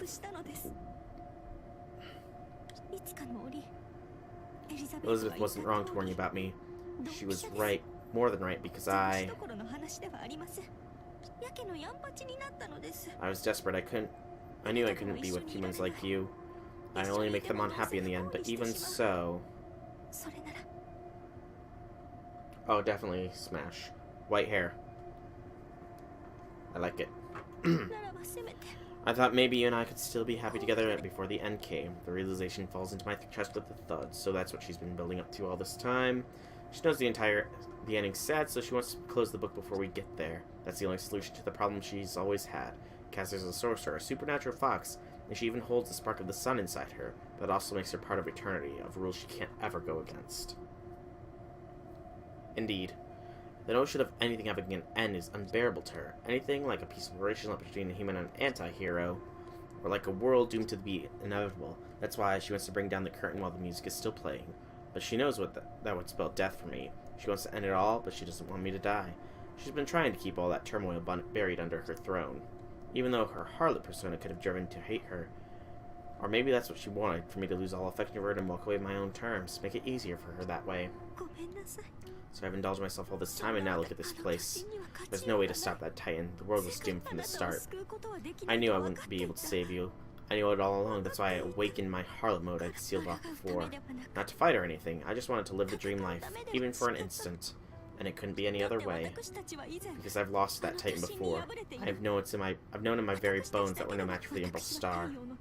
I'm part of the embodiment of the sun, and so I know everything that happened 14,000 years ago. That thing killed more than the plants and animals, more than humanity. It killed even the very personifications of nature, one by one. The heavens, the earth, the sea, the sun, the fire, and the forest. All our wisdom came to nothing. The Titan rejected all reason, all love. It even rejected death itself. The very embodiment of war, with its great sword, couldn't touch that thing. I knew that horrible creature was bound to come back. I knew better than anyone. And not even eventually. Every tick of the clock brought us closer to the end of time. That's why I get it. Caster's ready written this scene. Not from the premonition, but from her own experience. Or at least the experience of another version of herself. When the Umbral Star arrives, the world ends. The Mooncell Automaton can't stop that. Every life form and civilization on Earth will be destroyed, just like it was 14,000 years ago. A caster still hoped, wished, prayed, simply to live with me. Please forgive me for my miserable, worthless mistakes. I've given up. The world will never see tomorrow, and so I want you to serve you until the very end, to be close to you and die alongside you. Think back to every event since I woke up in the Millennium Capital. It's hard to say how much time passed. It feels like both an eternity and a blink of an eye. I remember talking with Elizabeth earlier. I told her I believed in Caster. I believed she had a reason for uncaster-like behavior, and for the construction of the Millennium Capital. I believed she would reveal it to me in the end. And now she has. I'm glad I had faith in you, Caster. And thank you for wanting to be by my side, for choosing me even after you've given up on everything else. I want to thank you from the bottom of my heart. But no, this is wrong. Heavens me. Booped on the head. Oh, my husband, so I'm not the one for you. After all this, I'm just a subservient trained to act like your wife, even though I'm not your main servant. Imagine me hoping to be with you at the end just for a foolish dream all along. Nope. You're completely wrong to think about it, I tell her. Not about accepting the end. After all, eternity is way too long for a human being. She gives another sob. I give her a smile. There's going to be a curtain call someday. That's just life, but I want to spend that life with you, and if this is the end, then we might as well go out with a bang. Huh? We can't go out on a sour note like this, no matter how loud the band plays on the sinking ship. But you know what the worst part is? This isn't like you, Caster. I tell her. Wherever you go, I stand together and face at the end. We're going to be smiling because we both have these wonderful memories behind us. We want to go out gnashing our teeth. You know what? When this war is over, let's leave the capital behind. Don't get me wrong, your Queen of Harlots act has its charms, but your bright eyes, your cheerful voice, the loveliest smile I've seen. I tell her I like the lively you that shines like the sun the best. Such words were wasted on someone like me. Such miraculous, wonderful promise, all for someone like me. Oh yeah, even the gods can't stop our love. Even the me up in Takamagahara must be swept off her feet. I can hear her clearly, at a loss for words, stunned in shock and awe. Ha, you must be so jealous, it serves you right. And look who came out on top. Tamammo, don't tell me all that reflection didn't count for anything. No, I've seen the error of my ways. I surrender completely, Master. Under the sunlit-watery heavens, I'm completely falling for you all over again. What was I thinking about, kicking back with you while the world was about to end? That doesn't sound like me at all, does it? I never really let myself sink that low. I'd be no different than that Titan if I did, and you can't get a positive outcome by multiplying negatives. Technically, you can get a positive number that way. I know she's on a roll, but she shouldn't get that wrong. Then again, I'm sure she was speaking figuratively, so I shouldn't put the brakes on her here. Especially since she's taking herself out of her harlot mode. I'll just stand back and enjoy the moment. One true sun is rising over the zero dark. Its golden glimmer fills my eyes. Testing. Can you hear me? Can everyone hear me? I am the foxiest wife in history. She will slay any god or devil for my master's sake. My surface and purity are yours any day of the week, and to all time and space, heed my words. I have but one wish. 2 wishes. Well, maybe 3. Maybe 4, but mostly just the one. And it's very simple one. I want to live happily with my beloved and blessed in the blessed future. I have finally reformed. Gotcha. Anyway, with my harlotry, it's out of style anyway. As my husband, best and proudest service, I will save Seraph at once.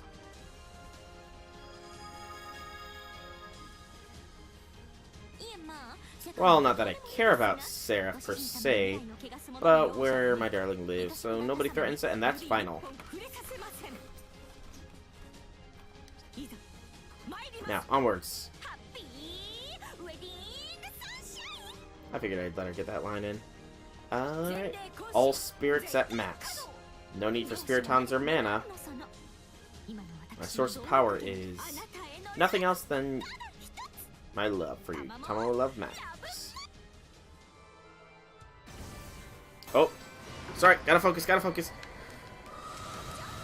Woo, that was almost bad.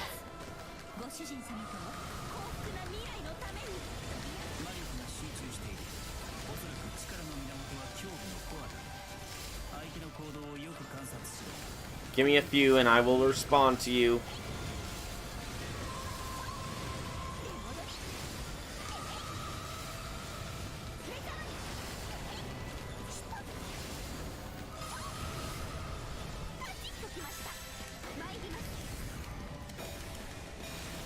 Definitely smash, I'd say, because she is a Sakura face, and Sakura faces are adorable.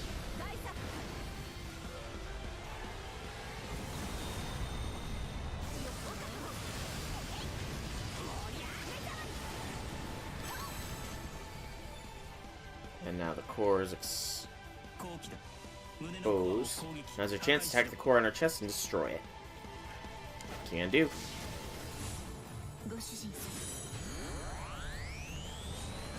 I mean, hands aren't necessary, you know.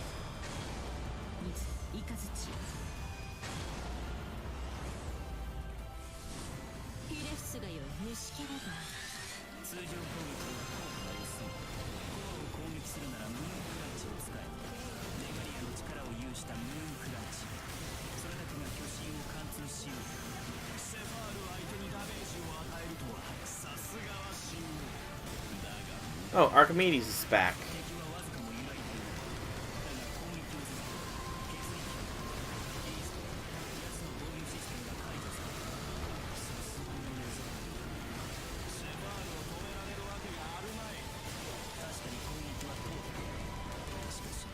Oh, did I get it just in time, or did I not? But yeah, you don't need to worry. You don't need to have the hands involved.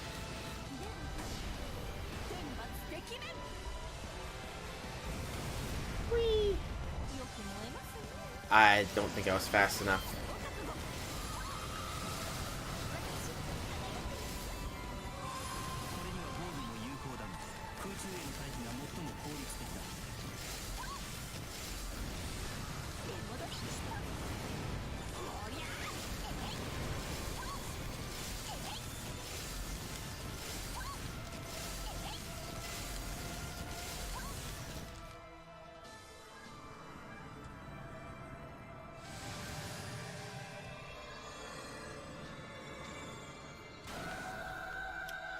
Ooh,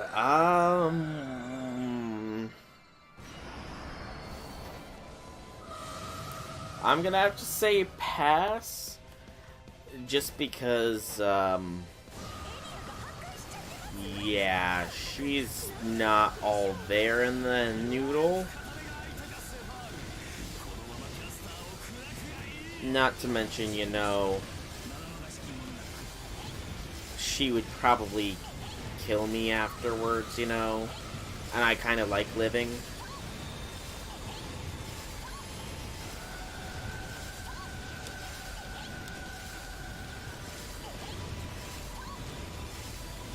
Or the act would kill me, so, you know, I kind of like living.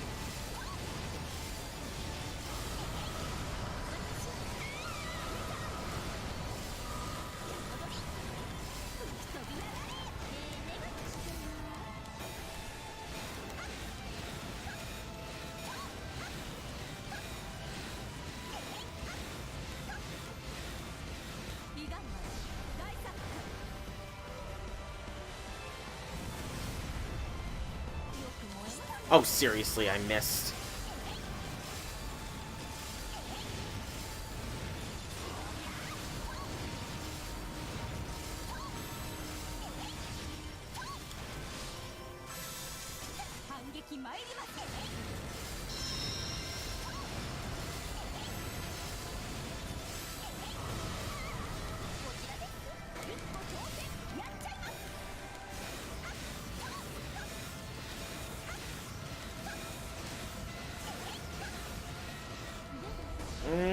I'd say probably pass as well. You know, sort of same reasons as Kiara. I would probably get murderized somewhere during it all. And again, I like to live.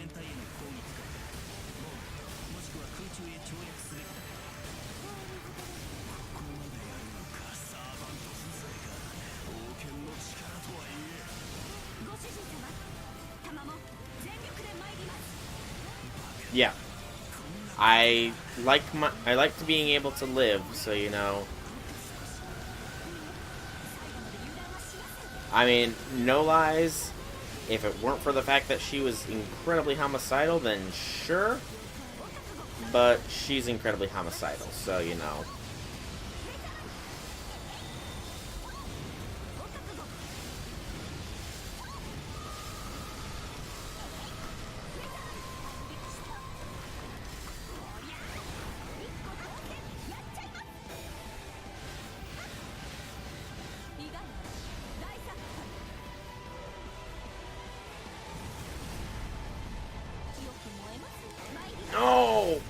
Dang it, the hand got away.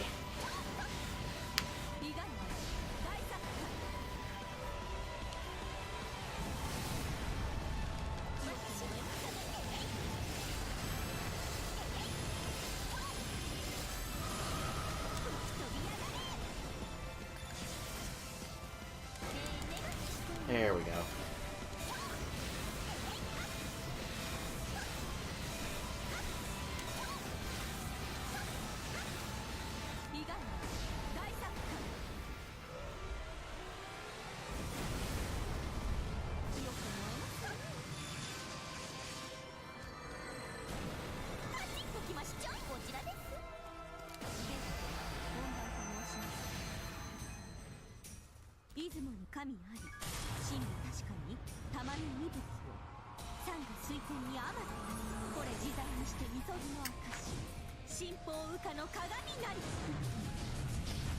Yeah.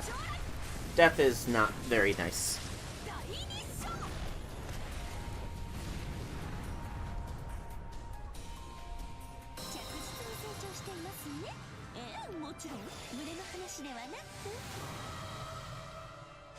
Nor is the possibility of it. Ooh, I X'd it.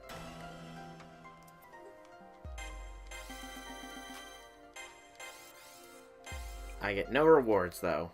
Awesome.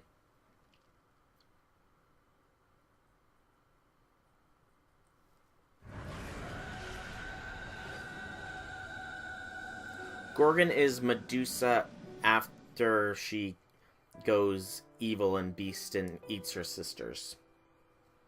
That's pretty much it. It's Medusa at the end of her lifetime.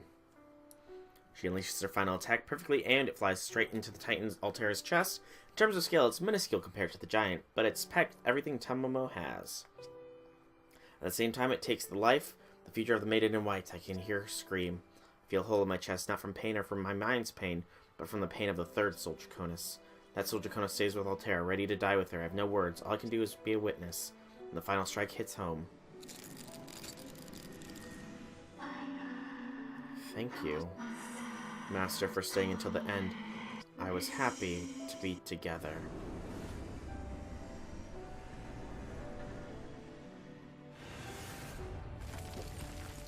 Giant goddess crumbles, its digital body made up to walk upon Seraph is lost. Ours are its mind and soul. With its mana gone, it falls away in a rain of inorganic wreckage. But the moments we limited and mighty Titan now scatters into a pile of breeze. There I see something, a face I know all too well, my own. The third Soul Draconis is standing there in the midst of the raining rubble, knowing full well what will happen next. You couldn't bring out your true power, Altera, so I'll do what is needed to do. Hear a voice in the storm, a voice that only the two of them were meant to share. Looks upon the cracked pieces of his servant's face. A torrent of ruins crashing down towards the other me. Even as I hear Caster murmur, I understand there's nothing to be done. He doesn't try to run, he stands there letting the breeze wash over him and take him away. It's his decision, and I understand. Excuse me. Yes, even though it seems like a futile death, there was more to it than resignation or sadness. I think Soul Draconis had a reason and made that choice in order to change something. That's why I didn't reach out. I didn't even say a word until the end, I think, until the very end. In my heart, I send off the other me who walked a different path than I, until all traces of the body are gone. Goodbye, body of Soul Draconis. She must have been a wonderful servant to you.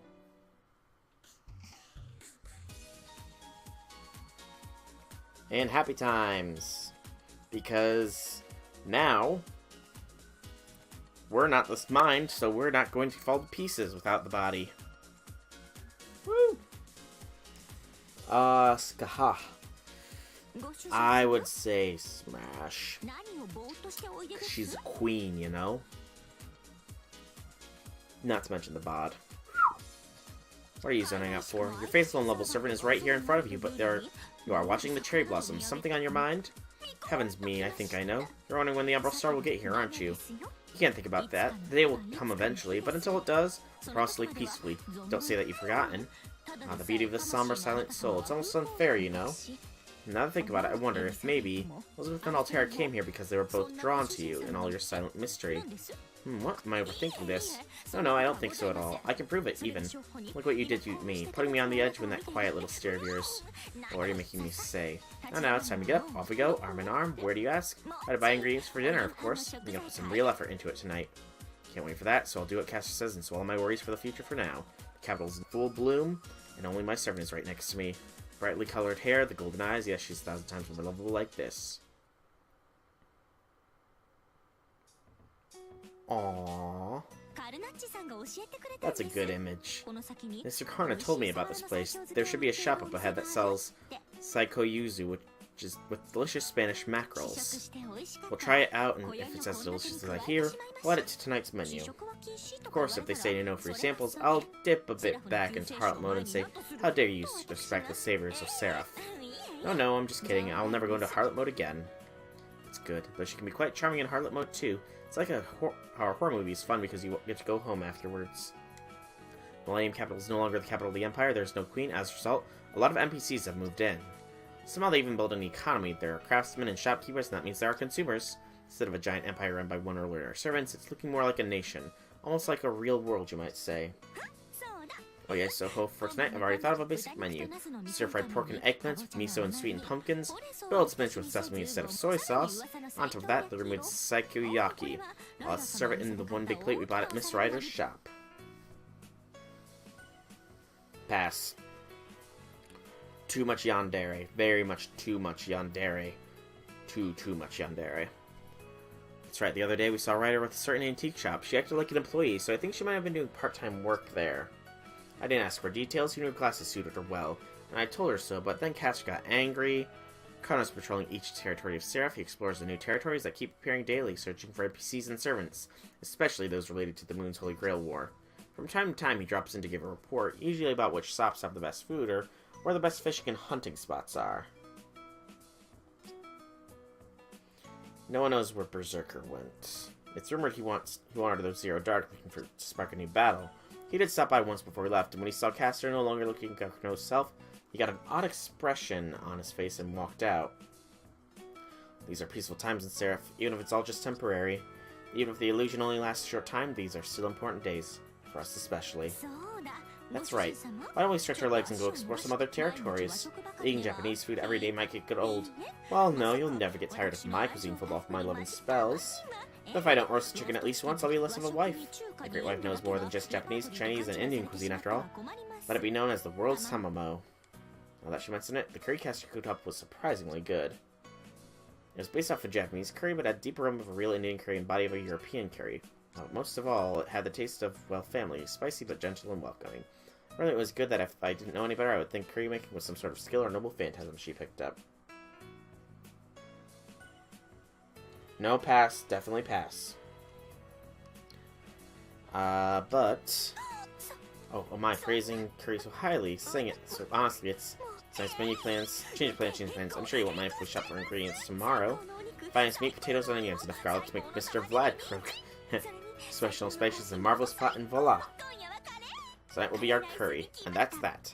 Eat as much as you like and build all the strength you can. Although one potential problem, from the way curry clears your eyes up, it may be too hard to sleep tonight. Just kidding, I'm joking. Say what you want, it's okay. As your devoted servant and companion to the end, I will do my very best to hold back my recklessness and selfishness. Now, what kind of dinner would you like tonight? It's a question. I can't think of a whole menu on a spot like she can, but more importantly, I want her to be as lively as possible. I won't ever want to think that she has to tone herself down. If she wants to feed me curry, I'm perfectly okay with that. I don't think she'll go into curly harlot mode or anything like that. Excuse me. Huh? Did I not tell you the story of my Indian-style harlot mode? No, I don't think you have. Oh ho ho. Anyway, I'd rather not try to be so modest. That is, I won't be, but if I get too far, then it might be scold me and I'll have to stop right away. Anyway, right up until the end, I'll do whatever it takes to stay with you. Aww. I'd say smash. Mainly the curry rice of bliss. Mainly because Arturia Lancer Alter is part of the way to becoming the goddess Rangominiad, but she rejected godhood and fought back and retained her humanity, which is why she is an altar servant, but she still has all the power of a goddess behind her. Such power. It is glorious. And obviously the bod. Indeed it is. She fought back against a goddess's influence and reclaimed her mind and body, which is why she is considered Alter. Oh yeah.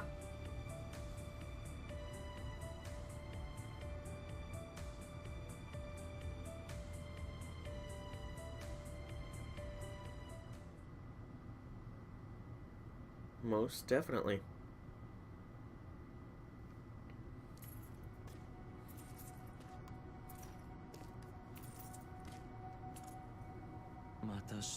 And here we are again, Knowing what you've been through, I'd expected you to fall in line easily.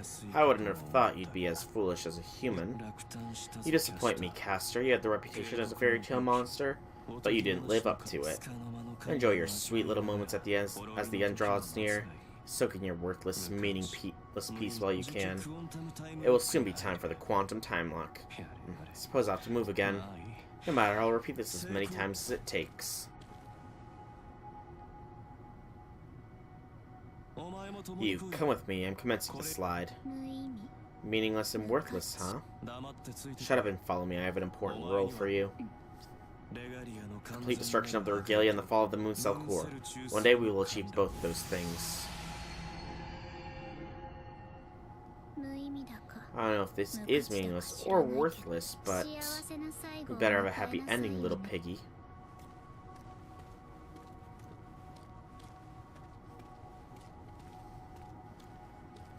To be continued. And it will be continued still in the stream because Altera's story is now available. If we click play, where once there was only 2 lit up, the Dawn Arc story has been added to the main story. Karna's side story has been added.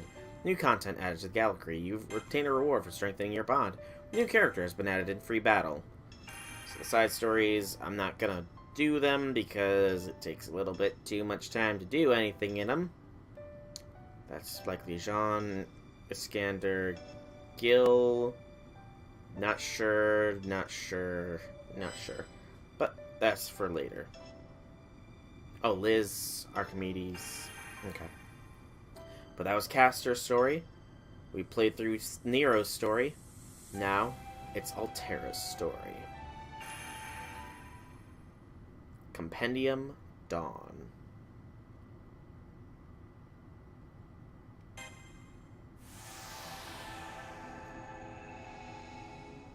Let's review the facts, the scholar said to me. Earth scientists have hypothesized so-called parallel worlds, other versions of Earth and its surroundings, expanding indefinitely like mirrored reflections. If true, that would mean the Earth has not only one future, but in many. In other words,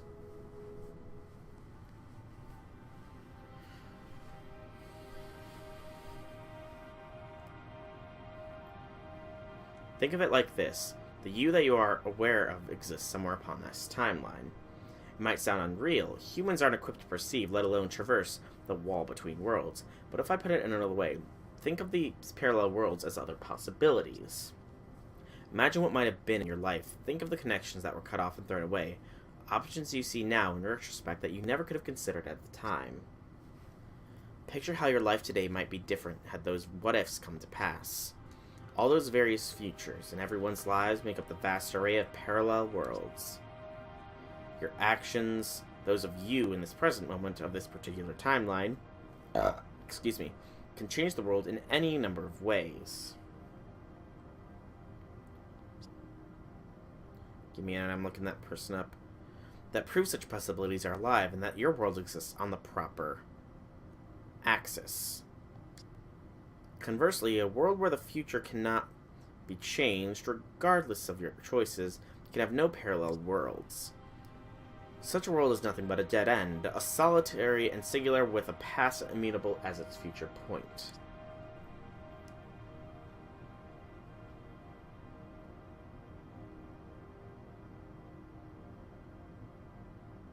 This is a necessary evil, a byproduct of the way parallel worlds are structured together. After all, a world where humanity made radically different choices will bear very little resemblance to the world you know. Some worlds may have crumbled by making all the worst choices, others may have made all the right ones and rocketed ahead, perhaps too far ahead. In either case, that world can no longer be said to resemble ours, and once a world moves out of sync, it's no longer parallel. Are those worlds become solitary, you ask? Could the people in those worlds not still make different choices? Unfortunately, no. This dimension contains a finite amount of energy, and has none to spare for creating new worlds from the worlds gone so far astray.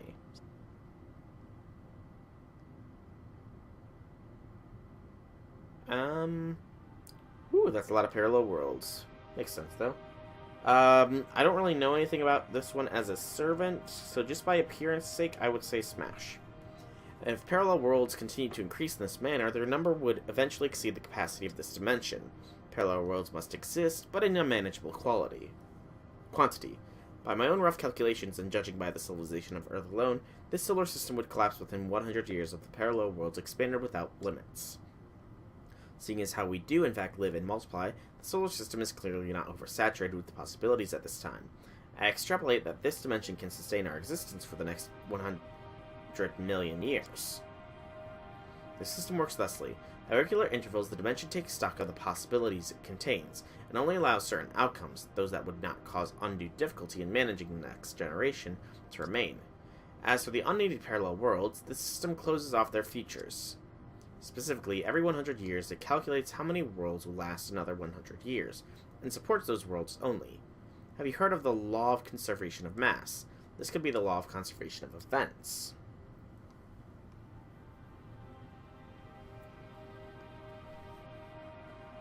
And so the civilizations in these numerous parallel worlds line up with one another. Think of it all as a giant tree. Only the trunk of the tree can grow tall. The branches may bear fruit, but eventually they reach their limits and fall without reaching the future. You understand, yes? There are no parallel worlds for a world that has evolved too fast or crumbled too quickly. Such worlds are merely dead ends, whose outcomes are predetermined. And so there is a set time frame in which these branches are trimmed, extra possibilities are removed, and future histories, once fluid, turn to stone. The mages of the old world call this the time frame, the foundation of humanity. The foundation of humanity. Such laws apply to the moon cell as well. The moon cell is a self-updating observatory which continues to record every incident and possibility on Earth. You could say it makes the same observations on parallel worlds. It's all quite vexing. But in any case, the so-called foundation of humanity governs the moon just as it does the Earth, tracking the various Spiriton worlds and determining whether the futures will come to an end. Once one passes that event horizon, there is no turning back, nor turning aside. Any lingering ifs become might-have-beens. It is the work of a great invisible hand. No, of a god's invisible hammer. I have named this point in time the quantum time lock, the event compilation as set by an absolute observer.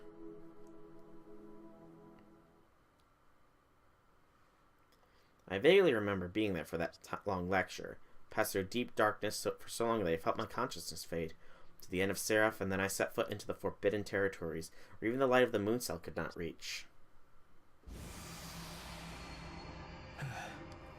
Well, first let me thank you, Soldier Conus. It's all thanks to you made it this far. Beyond this wall is the Zero Dark, the domain of the Umbral star fragment that flew in from space and burrowed into the moon cell. Normally, a system manager like myself would never be able to go there, but your assistance has made it possible. Are you at peace with this? You know that Seraph must be protected against all external threats. That is the responsibility of the one who bears the regalia, the prize, and the burden for the victor of the Holy Grail War. Understand? I understand. Leave it to me. Very good. That's the spirit, Soldier Conus. Hold your head high and wield your power without hesitation. I nod in agreement and look up at the wall again. It's huge. Seraph has its giant structures, but it's still rare to see anything on this scale. The bizarre architecture gives me an impression of a prison, capable of holding back tens of thousands of prisoners. I felt an urge to touch the wall. It's hard as a diamond, but smooth as silk. Normally, Seraph only builds objects out of the same material found on Earth. The touch alone tells me that this stone came from somewhere else. There's no doubt this belongs to an invader, something from beyond Earth, made from pseudo-spiritons, just as Archimedes said, an external threat. I'm afraid anyone would be. Inside this place sleeps a monster who nearly destroyed both the Earth and the Moon, and now they expect me, one lone wizard, to defeat it. If only Saber were here. It's not possible. If we were to bring a powerful servant here, the enemy would sense our intrusion. However strong or high-ranking servant might be, nothing from the moon cell could ever defeat the vanguard of the Umbral Star. There's only one way to win. We must use the regalia to slay the monster before it awakens. That's why you and I are here. Besides, you wouldn't want to waste your servant's life in a hopeless battle, would you? What was that? The monster must be stirring his sleep. Oh well, how perfectly horrid. That also means I'm right. The enemy hasn't noticed just the two of us yet. It's their best chance to strike off its head. I'll start sneak in through this breach. Please don't make a sound. Is everything clear, Soldier Conus? Indeed.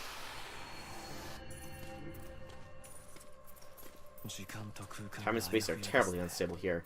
Like melting candy, this place is somehow both infinitely large and infinitely small. 14,000 years ago, the Umbral Star of Elber came to this solar system, and it came in this, a place of the Umbral Star plunged into the other side of the moon and physically dug itself into the moon cell's core. The moon cell from the inside, creating its own territory within the pseudo-spiriton world. The moon cell severed its network from the fragment of the Umbral Star, sealing the corruption here in the Zero Dark. But that was all it could do. It managed to protect itself, but not Earth. The Umbral Star pillaged the moon cell's resources and sent its own data to Earth, creating a physical body. That was the White Titan that devastated Earth at the time. It was also known as Sepher, the Anti-Cell. Abhead is its true form, a monster born only to destroy civilizations. Do you hear me? Be on your guard and don't ever drop it. If you want to protect Seraph, if you want to see your servant again, do not hesitate.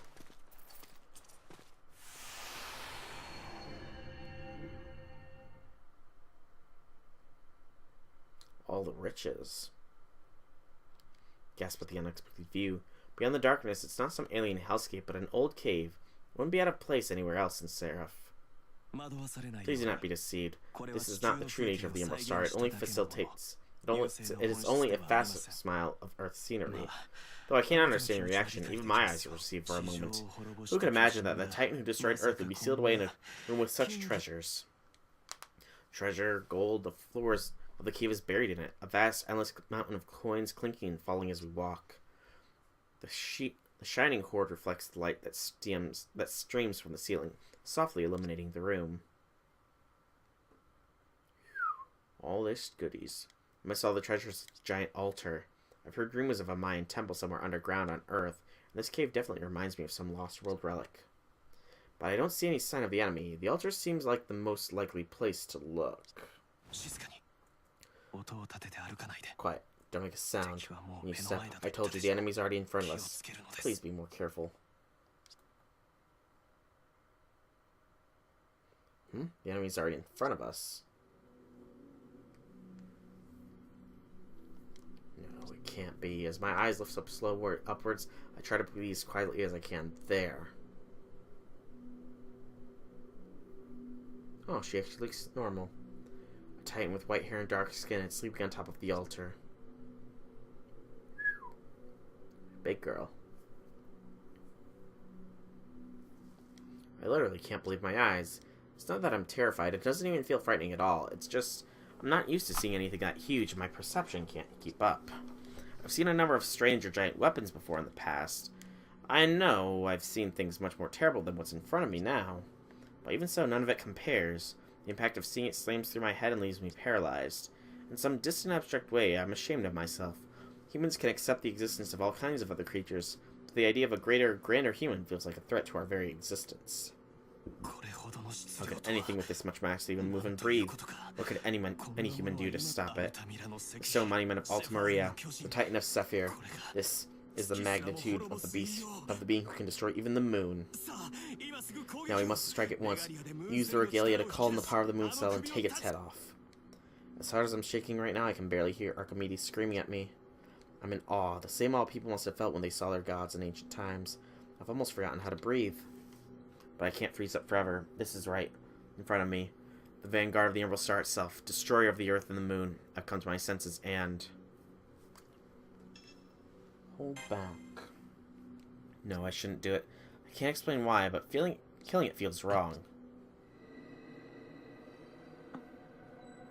Titan Altera.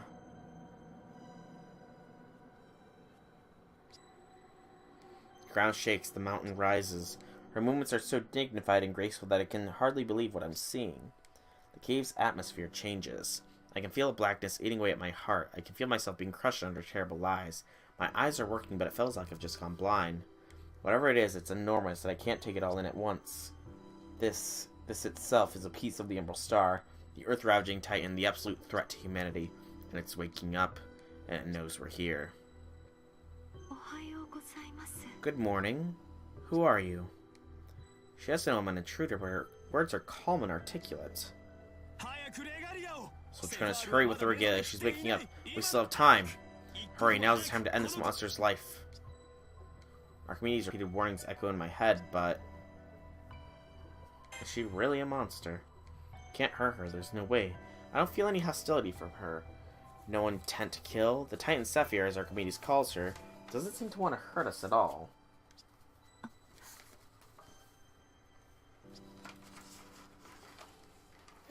In fact, it's just the opposite. I feel embarrassed that we came here just to kill because of her size. She's trying to be considerate towards us. She's keeping her movements as slight as possible in order to not scare us, as if she's waiting for us to make a move. In other words... come on, I missed that. Now's the time to talk with her.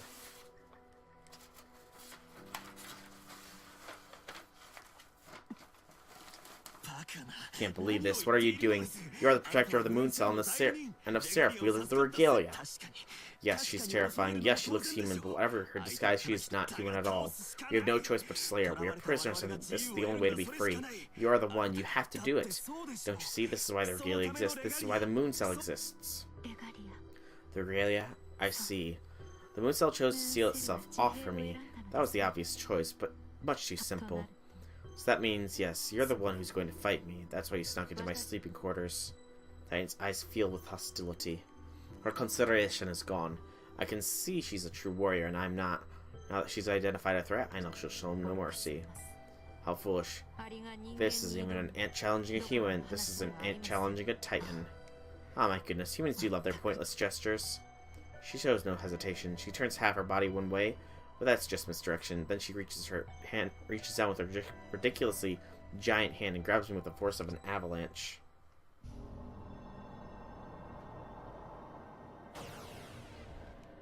It's impossible to dodge. This isn't even a battle. She just grabs me and squeezes all the air out of my lungs, clamping me between her fingers. Oh no. I feel her raising me high off the floor. I try to resist, but I can't move a single muscle. My body creaks and cracks in protest. Am I really gonna be squeezed to death? How could this happen? How could this happen? How could this happen so fast? Wonderful, wonderful. You're wonderful, Sephir. I knew you could do it, but so easily after all this. Oh, this is sweet. I was ready to strike from behind just in case, but you finished in one sweep. Marvelous. Good day, and thank you for all your hard work, my foolish sovereign. The moon cell must calculate when it chose you. I can hear Archimedes' voice. What is he saying? You still don't know, Draconis? Typical, you never suspected a thing all the way here. I'm lucky you were such a kind-hearted soul. If the regalia had fallen someone more selfish, they never would have trusted me. One more lesson. Pay attention. Evil people, for all the chaos they inspire, have always left the world intact. So who's to blame now? It's obvious, isn't it? Whenever the world really goes to hell, it's because someone like you, with all your good intentions. Now then, you understand the situation, Sephir? The regalia is literally in your hand. No sword could possibly destroy it, but an anti-cell like you should have no problem. Destroy the regalia. Shut down the moon cell's functions and strike the hour of Velber's coming. Velber's coming. You're not a servant of the moon cell. Who are you? Why did you betray this human? What? Are you so curious? I was given to understand you are a mindless destroyer. Must be in excess of superfluous functions. No matter, I'm Archimedes, the former sister admin of this moon cell. Now I'm the same as you. I too await the arrival of the Umbral Star. I'm a servant who sides with Velber. No more, no less. Or can you not tell that on sight? Like you, I have pledged my body to the Umbral Star. Archimedes is Velber's servant? Damn it, what the hell? I know I'm not that smart, but I wouldn't have thought he was playing me for a fool. No, now's not the time to be angry with myself. I just have to get out of here. If I die now like this, I'll never be able to show my face around and say where are the others again.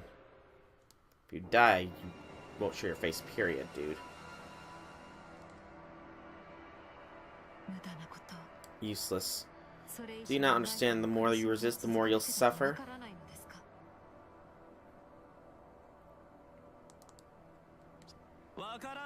Humans are beyond understanding. Even though they have access to irrefutable logic, they hide with hopes and feelings. And now this fool sees what comes of that. Go ahead, Saphir, crush that flawed little mess in the regalia with it.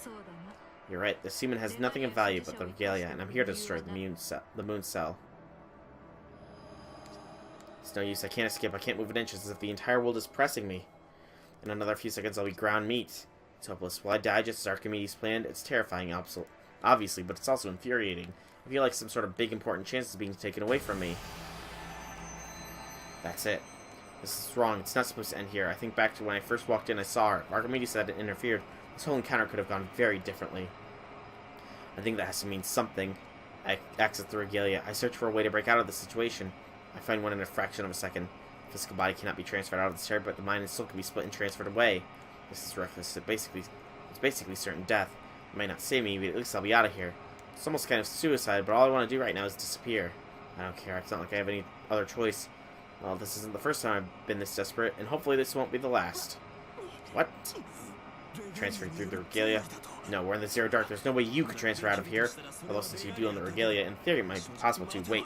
Boy, it must be insane. Even you would never use that option.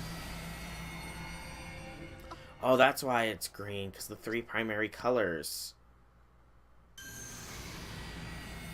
Green, red, and blue, the 3 primary colors, of course. I see 2 of them transfer out of my cave. What just happened? Impossible. How could this happen? No one could have ever been that desperate. Splitting the regalia and yourself into 3 pieces? Splitting into 3, that's... how reckless. Because you were slacking off, Saphir. Why did you not hesitate to make the kill? That was our enemy. You are wrong. I had no interest in killing that human. What? It's true that we don't need to keep the regalia's owner alive, but I honestly didn't need to kill him either. That boy held no hostility towards me. I won't kill him unless he repaid this favor. I'll make that boy mine. Know that you cannot touch him without my permission. What? You call yourself the Vanguard of the Umbral Star? Are you just muscle, or are you really that slow? Remember why you exist, Anti-Cell. You're the White Titan. From the tier of the star, your duty is to call Velber forth. You're a nuisance. I will perform my duty. I will conquer the moon cell and destroy the land.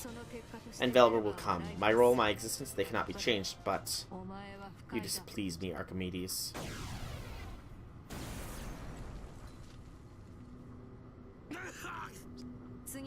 I won't hold back next time. Don't show your face in front of me again. How pointless. Are you just another emotional idiot? Very well, no matter what, you can't rebel against the Umbral Star. Bring down the moon cell any way you like, but bring it down. I'll handle things on my own way. You stay here in prison and protect this shell of a human.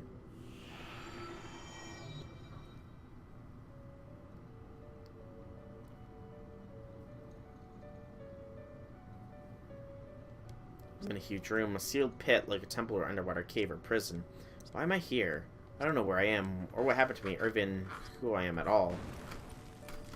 My back hurts, I can hardly breathe, I can't even move my body. My name, I don't know my own name. But even now, there's something my entire being is trying to tell me. I need to run, I need to get out. I don't need to know what's going on. I need to go now and figure it out later. Titan. Gasp as I try to understand. I don't understand. Of course I don't. This is a dream. That's why my head feels so light. Anything can happen right now, but if I close my eyes, I'm sure I'll wake right up. It's Titan. Running through the sea of gold coins is hard enough, but no matter how far I run, the exit doesn't get any closer. The space has been altered somehow. I'll never reach the exit, and I know it. If it were possible to leave, the Titan would already have. You just don't learn, do you? Scrambling under my feet like that is very annoying.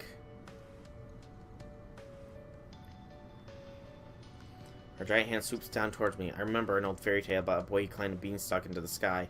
He found a giant's house there and was caught by the giant himself. No, I can't escape. She's got me. The giant has been right in the palm of her hand. I can still breathe, but I can't move. She's going to kill me. I know it. A long moment passes in total silence, then I dare to open one eye. See? No more running. Guess that makes you my prisoner now, doesn't it? Look at your eyes. I see not a cold-blooded monster, but a being with a reason and heart. On a side note, how did that story of the boy and the giant end again? Oh, are you... I try to be careful, but are you hurt somewhere? If I fall back on her hand and shake my head to show him... I fall back on her hand and shake my head to show her I'm okay. Titan lets out a sigh of relief. I'm Altera, and this cavern is my domain. Now what's your name? Can you tell me? And so begins. Awakening on thin ice. Mermulum. City of Lost Destiny.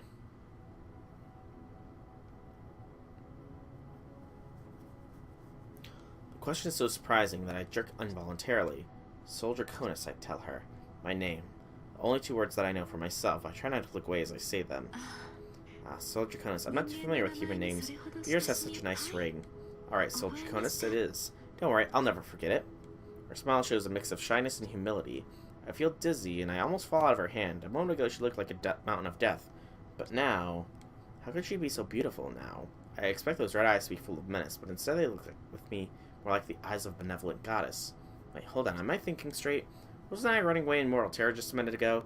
It's not like I've forgotten that, but, well, for one thing, I don't even know why she grabbed me in the first place. Are you wounded? You don't seem to have any cuts, thank goodness. But did you hit your head? That's where memories are stored, even in digital bodies, right? Memories. Now that she reminds me, I can't remember much of anything, not even why I'm here. What is this cave anyway? What am I doing here? Bigger question, who am I? I have no idea. None at all. My memories are completely blank. You seem confused. I can't blame you. I don't know much about myself either, and you don't even know what kind of being I am, do you? Well, she's right about all of that. All I know is that I'm here with the name Soldier Conus in a digital body staring up at a giant woman. Wait, digital body? Right, because this is Seraph on the Moon. I'm a wizard. That's why I have this body, or at least it's why I should. I fought in the Holy Grail War as a Spiriton hacker. I was one of the masters who strived for the Moon Cell. I made a contract with the servant who fought for me. Okay, if I can remember that much, what else can I remember? Who was my servant? That, to my dismay, I can't remember at all. I remember we fought all kinds of battles together, and... please don't move around so much. You were just... Ow.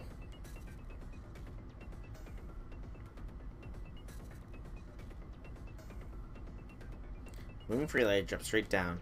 Something I need to do. I don't remember why, but I know I have a duty, and the drive to do it is burning in my chest. Protect Seraph. The words ring through my head like a bell.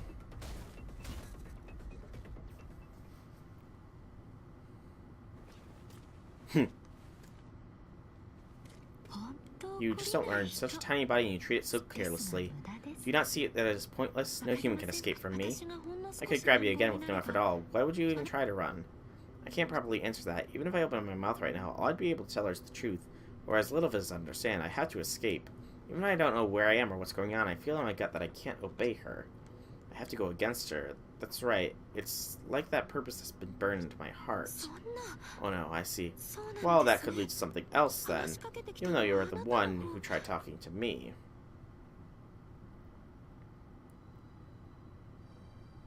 What is she talking about? I know this much. With her, any mistake I make could be my last. She's obviously more dangerous than any other servant, but is there more to her than that? What am I not seeing? What have I forgotten? I've forgotten something, right? So what I need to do is stay calm. I have to keep my head down and keep my eyes and ears open, gather all the information I can, and figure out what's happening. I bow my head and close my mouth as tight as I look the Titan over. Despite her overwhelming size, she has quite feminine and delicate appearance. If I start talking again, she might listen. The first thing I see to her is...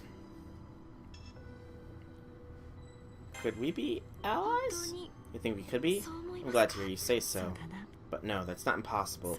I'm not your ally, and you wouldn't want me to be. I'm Altera, and I am without a doubt your enemy. No, your people's enemy. My goal is to invade Surf and take control of the Moon Cell and destroy and consume all civilizations on the planet Earth. By Earth's calendars, the Umbral star invades from the depths of space every 14,000 years, and I am its vanguard. I'm the enemy of all life and the destroyer of all civilizations. The records of Sephir the White Titan refer to me as the most terrible. What she said sounds unbelievable, but I know it's the truth. Not because she triggered some other memory of mine, but because her voice and her expression convinced me without a doubt. I need a monster with the power and bearing of a goddess, and she's declared war on humanity. She said so herself. You're quite brave. I can see you're shaking, but you're still trying to stand up to me. Just as I'd expect from the Moon Cell's chosen defender. At least, that's what I would expect, if you could resist at all.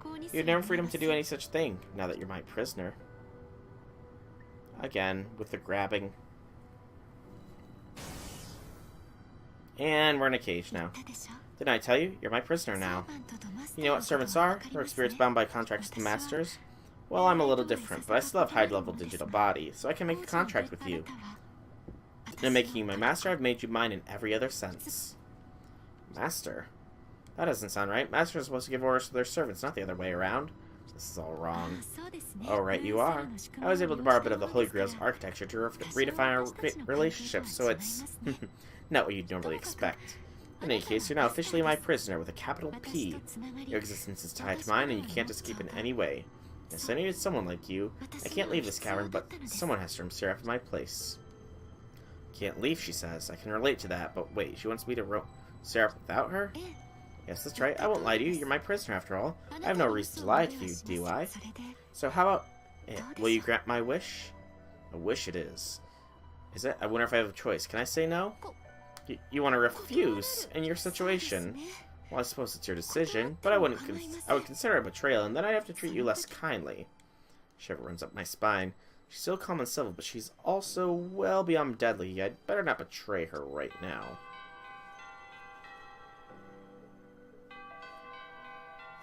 Ah, there it is. My alarm system. It automatically senses when the enemy is advancing into the dark, zero dark. The moon cell is likely summon a top servant to kill me in order to maintain its world order. There's no more time to delay your decision. Your debut is at hand, prisoner. Fight that servant for me, and I'll let you consider it a short break from the cage. What do you say to that? Let me out and I'll fight for you. Thank you very much. I knew you'd see it my way. Agreeing with her seems the best strategy for now. I might be the only way out of this cavern, so I nod along.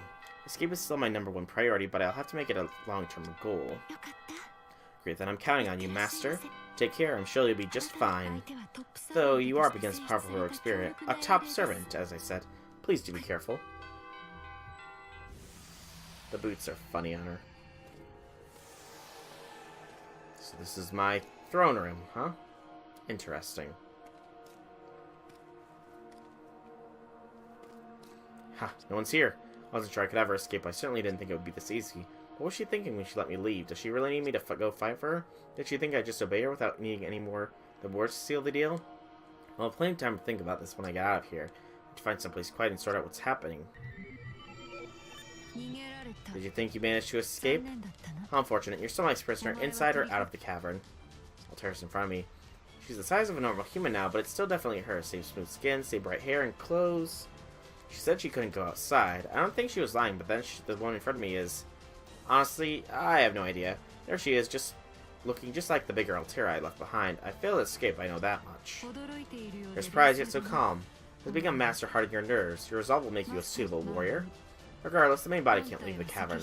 What you're seeing is a figure made from the main body's dreams. Don't strain yourself thinking about it. Just think of us as the different aspects of a single person. I'm your servant, prisoner. Like any other heroic spirit, in a sense. Let's eliminate the enemy together. I don't quite get it, but I'll take her word at her word.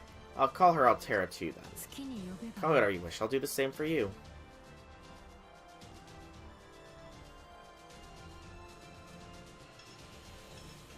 I like the bigger main you better. Don't know how it works exactly, but the Titan in the cavern must be the main body. Look the same except for the scale, but if I had to pick one as the most beautiful, I'd have to go with the taller one. What? The bigger one made the stronger impression is what I'm trying to say.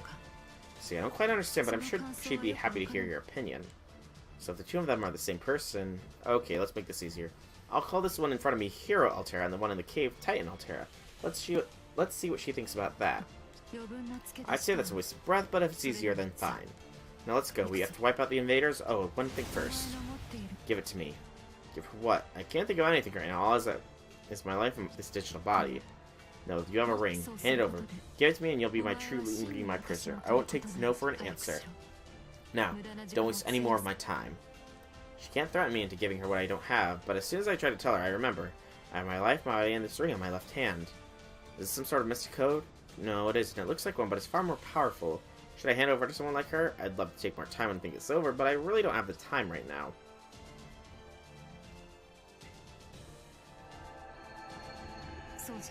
Not like that. Won't mean anything unless you put it on me. Now do it. Don't hesitate. Ooh. A very nice scene. It's a strange feeling. I imagine this is how a knight must feel when stripped of his sword and rank. Actually, it's almost like I'm taking her in holy matrimony. Good. Wise decision, Soul Draconis. This is the ring that rules over Seraph. The regalia that grants royal authority of the moon cell. By bestowing this ring on me, you have cemented our bond. I'm sure you can feel our connection through the command seals. Oh yes, the things I've used once, because I was accidentally playing on hard mode. brilliant to rule Seraph, the Mooncells already authority. Did I just hand the enemies something unthinkable? On top of that, the command seals. What I did just can never be taken back. No need to panic now. If you'd refused, I would have killed you. You did the right thing. Warrior or not, you wouldn't have wanted to die in vain. That aside, you're right about not being able to take it back. You are now officially my prisoner forever. And into the ring we go. Now, let's take care of the enemy. You stay in there. Don't worry, I'll let you roam out for a bit after the battle. In the meantime, feel free to use Codecast, if you're willing to lend a hand, that is. Okay, just jumping right into things then.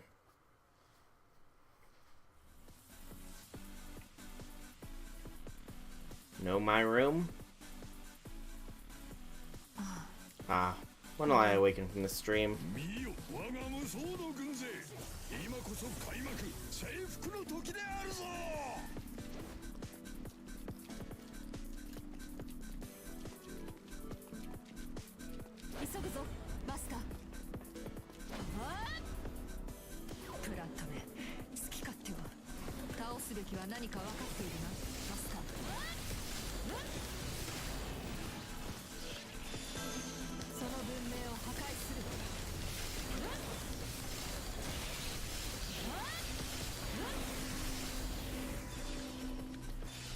Where's the plant?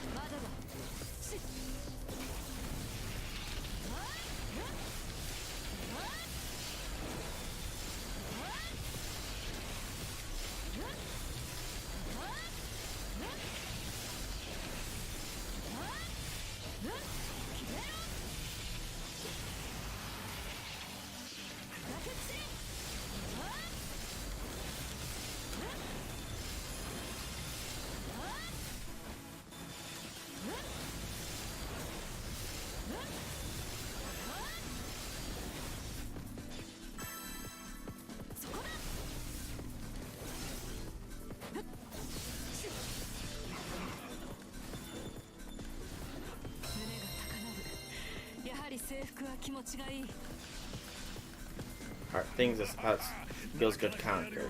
You're not bad, your territory is worth pillaging. Scander.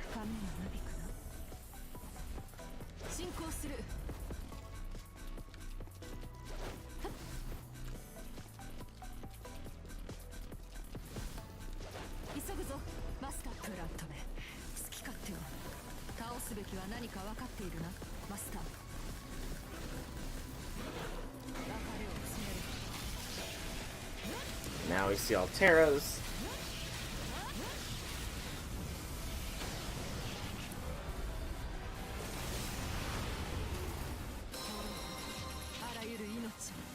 I just cut up the tour in reality.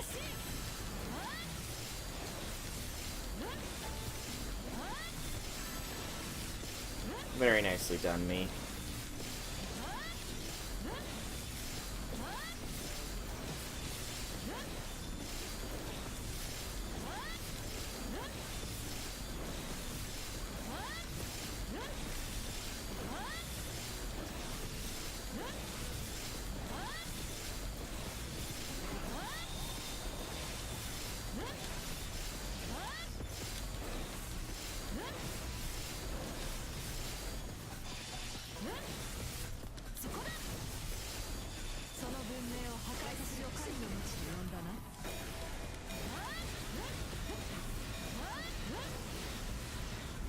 The Noble Phantasm thing is back in the first area. Easy enough to go and retrieve.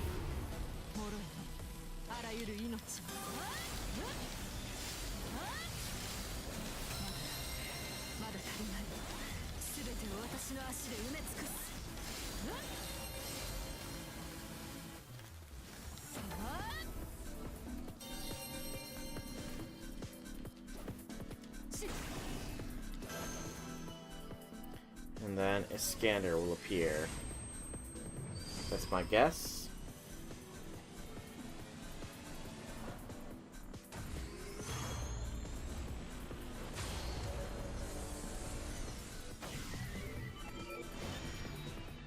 Yes. Indeedly doodly, a scanner has appeared doodly.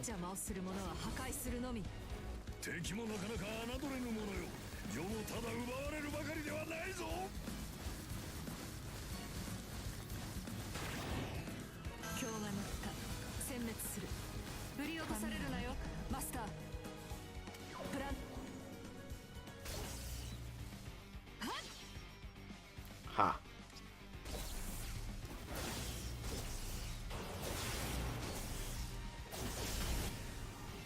Top servants are capable of controlling enemy programs, probably because the moon styles allows them to. There are more of them here than I'd expect. Enemy programs, attack programs, to put it more precisely, coded by the moon style, they attack enemies regardless, or enemy targets automatically.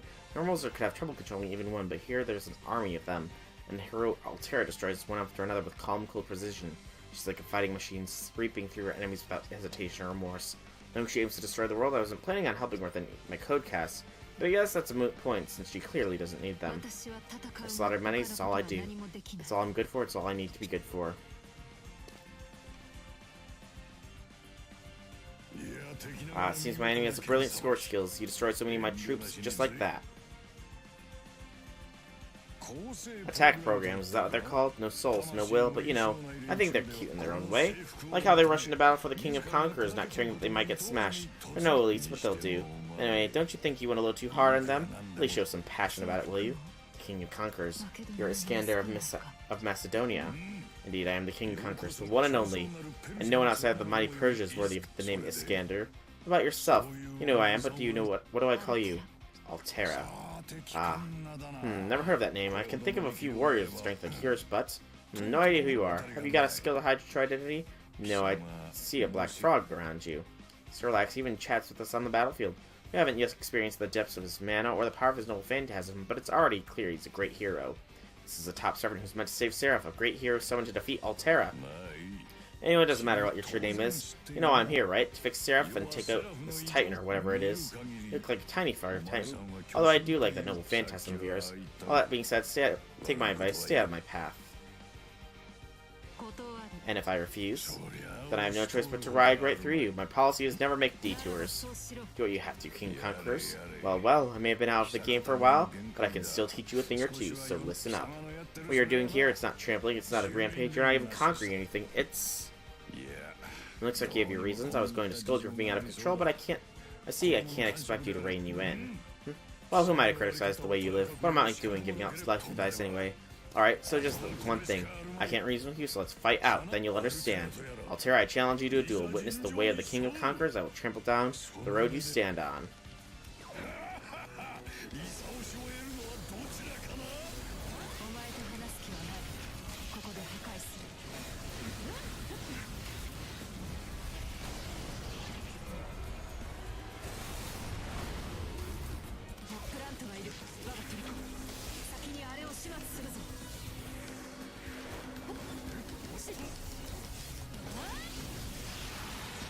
And that's the plant dead.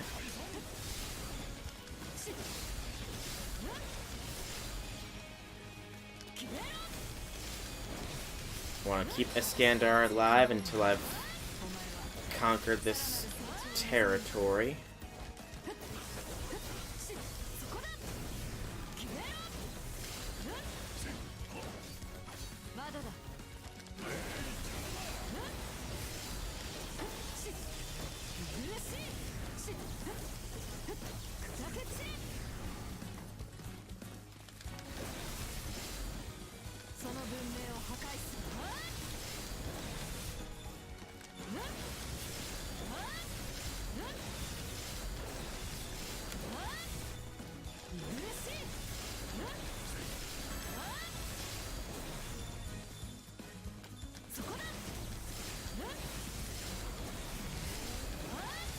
More enemies I hurt.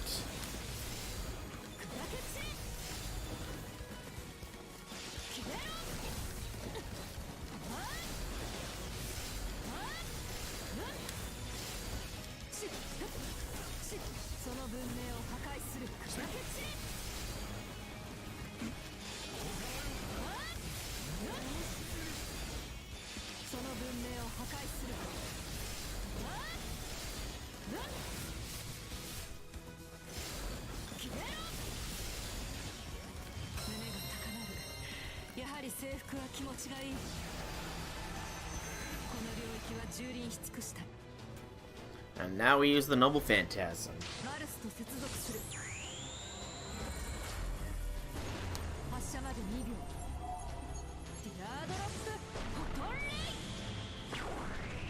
Whee! Orbital laser bombardment for the win. He lives though. So I guess now we do the... Oh, we don't have a Regalia form.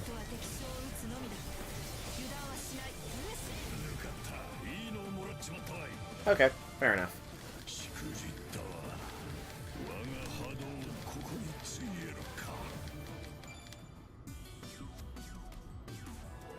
Like the pose she struck. Aww! Dang it, max combo's only an A! What do I need to do to get max combo that's higher than A?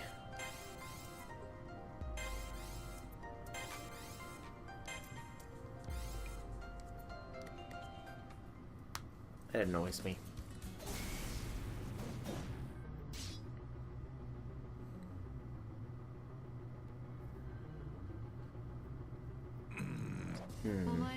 Your philosophy doesn't apply to me. This is the end result.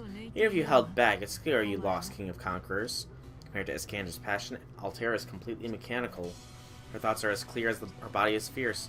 Without any regard for her own life, without a spark of warmth, Altera fights like an avalanche and she wins. Leave everything to the strongest. Weren't those your last words, great king? Now you hear them from me, the strongest of all. Well, I can't argue with that. A loss is a loss. I'll serve you. I, Rider Iskandar, will join the white hero Altera for now. Wield my strength to the best of your ability. If you can harness it, that is.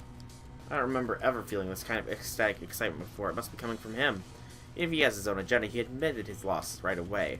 King of Conquerors Iskandar, I don't think we've ever met, but I know his name. He's one of the greatest kings in the world. He commanded many fierce warriors and heroes. I see him standing there.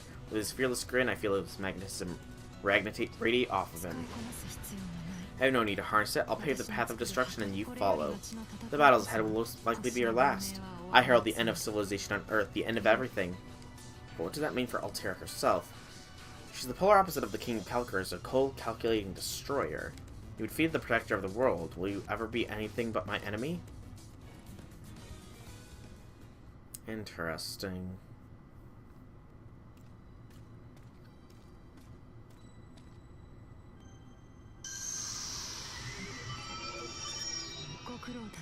You did well. You didn't lift a finger for me, but you still did your duty as a master by supplying me with mana. You must be very tired. Get a good rest. Inside the cavern, of course. After winning the battle, we're welcome back home with empty silence.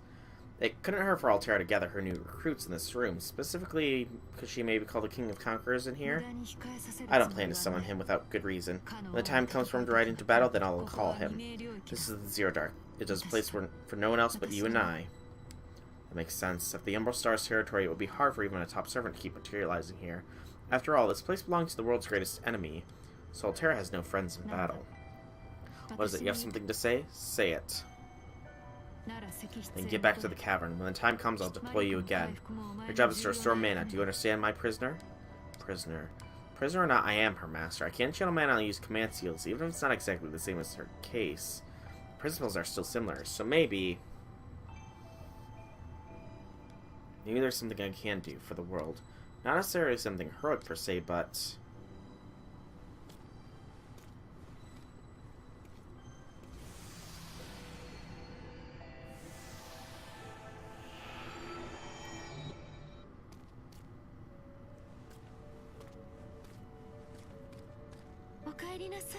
welcome back, my prisoner. You're safe. Sorry for using up so much of your mana.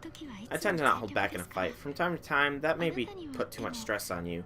But please don't worry, I'll always leave you enough mana to live on.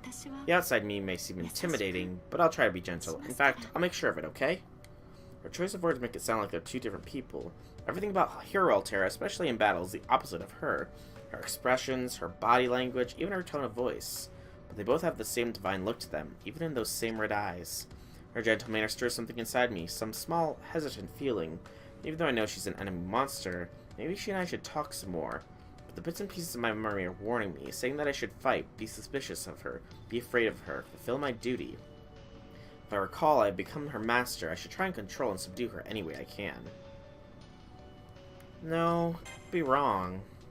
No, I'll hold off. Even if she does call herself the enemy, and if she did just defeat one of the world's greatest protectors, whichever Altera is, I can still talk to her, even not hear Altera as much as she acts like a killing machine, Still has feelings, I think.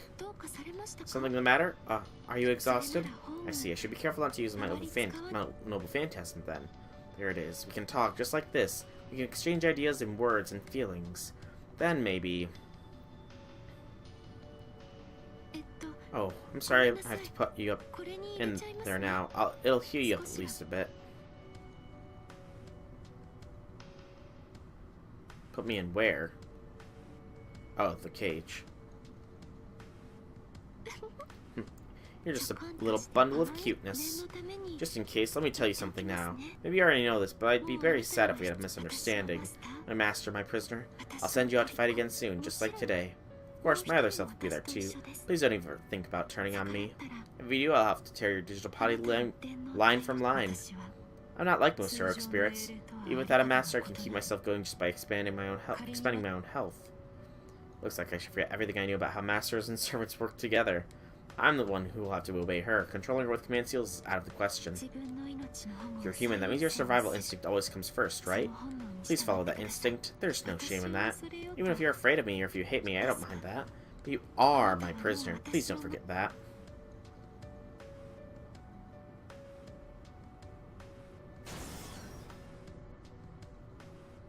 I was gonna say, is she smelling her fingers or something? Could I at least get a bed?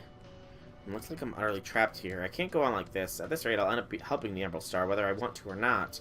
I'm out of ideas for now. If I could just get out of this cage, I have to do something as soon as possible. That's right. She's watching. She's definitely watching. It's like her eyes are boring a hole into me. Does Titan Altera even sleep at all? If not, what, is she just going to keep staring at me? Titan Altera doesn't seem violent, and she seems willing to talk, but if she keeps me here long enough, she might eventually talk me into helping her destroy the world. Chapter 2, The Ancient Contract. Mari Karasur, the Titan's Dark Tomb. I'm being watched. She's watching me like this the entire time. The awkward silence. I have no idea what to say or what I should say anything, whether she's even thinking of talking to me. Just like that, all day literally, she's been staring at me continuously with the same smile without ever getting tired or bored. Did I say all day? It's been a week. That's how long it's been since she's beat the King of Conquerors. Yep, 1 week, 7 days, give or take. Space doesn't work the same way in here as it does outside, but time still does. And here we are, same caverns, same treasure on the floor, same cage, and same Titan. I want out. Staring at the same 4 walls for the last 7 days, it's given me an incredible case of cabin fever. But I can't go anywhere. All I can do is do what she's doing. Sit right here and watch her like she's watching me. My prisoner. Now that I think about it, you must be hungry. Of course, this cavern is maintaining your body's functions, but don't humans get hungry? I'm sorry. Here I am thinking about myself and not even noticing your worries. Here you go. Full of nutrition. But I suppose you can't eat it just like that. I understand.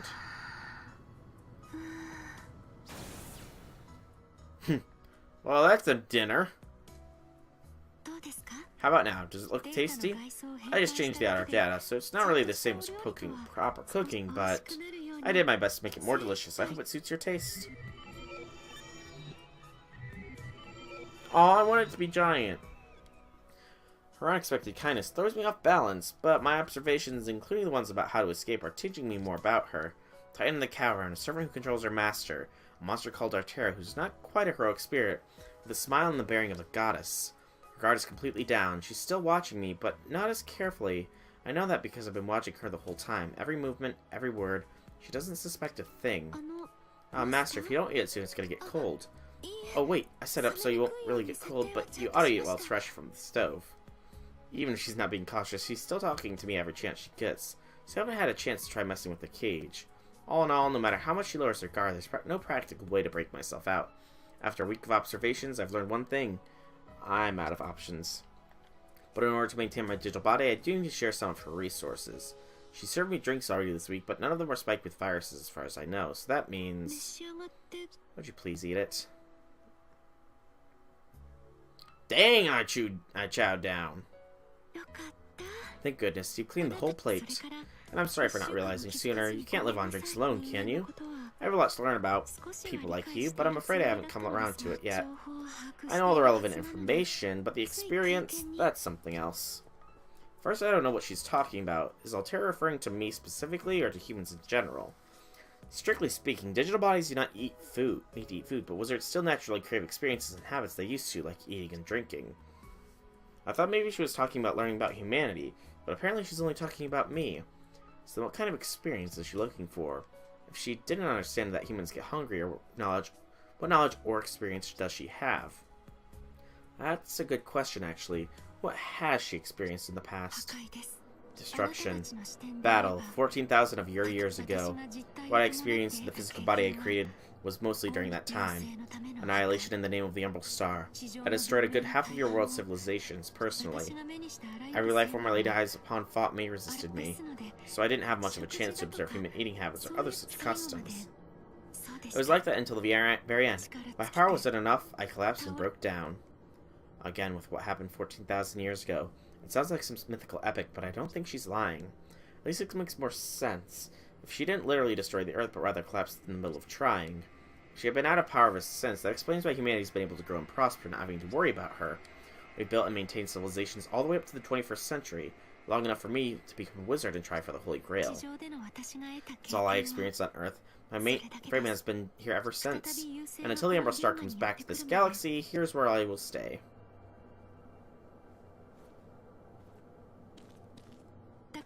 So I'm sorry, I don't want to make you feel uncomfortable, but I'm afraid I'm still be a burden to you.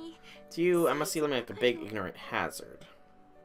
She's ashamed of her inexperience. Whatever she does, she's never had the chance to put it into practice. I don't know if my place to call her ignorant. But that aside, I understand what she's trying to say. This kind of understanding doesn't come naturally to her. She doesn't get how humans work at all, not even how they eat or drink. She may look like a human, but she's been in here this whole time. This whole time, in this cramped room by herself for 14,000 years. Yes, most of the time I just lay here. It's safe here, you know? I didn't have anything to worry about until now.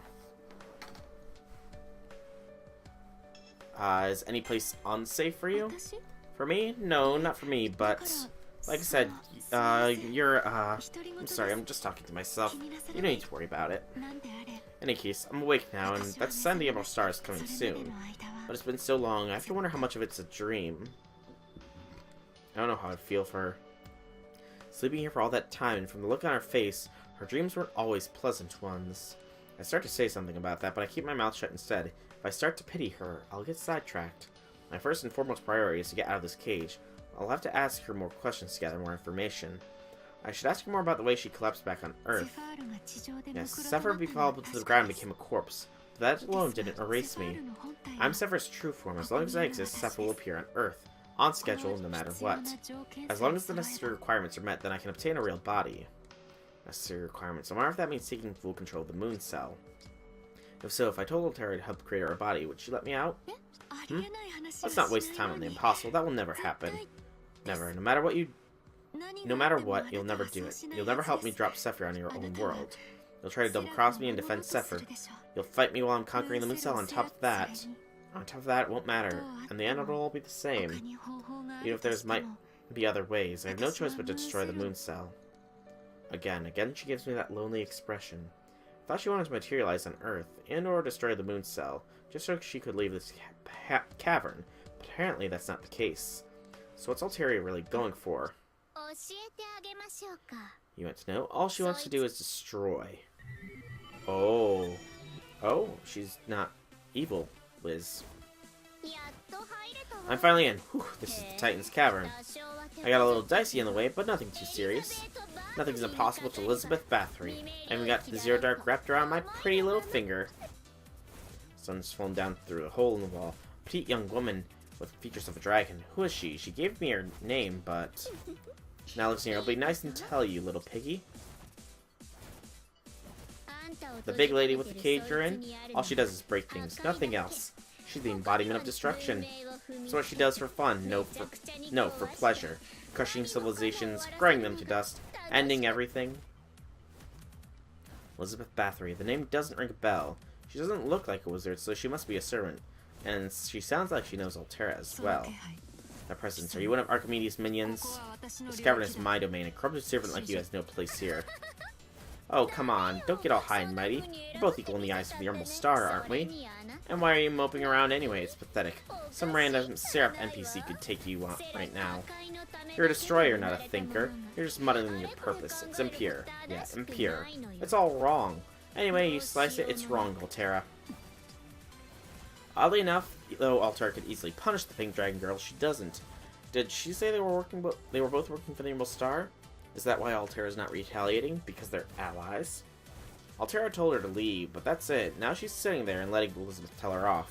That's not like her at all, at least from what I know about Altera, which admittedly isn't much. And hey, while I'm here, you know what else? You're a pain in the ass acting all big like that. Did you even notice when I joined up? You barely even get what you're supposed to do here. If I were your size, you'd be doing so much better. What? Oh, we're just getting to the good part. An auto-enemy alarm system, right? God, that sucks. They have the worst timing. God, that pisses me off. Fine, I'll come back later. You make sure you do your job, you hear me? Oh, I missed stuff.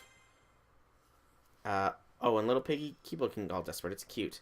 That's the Umbral Star's sight, and you've got watching you. Step out of line and she'll step on you. Sorry, this was supposed to be your time to relax before your next job, but just as she said, the enemy's advancing. It seems like they're charging straight into Zero Dark, just like last time. So just like before, please do your best, my prisoner. But don't get reckless. I know it's a great burden on you supplying the outside me with mana.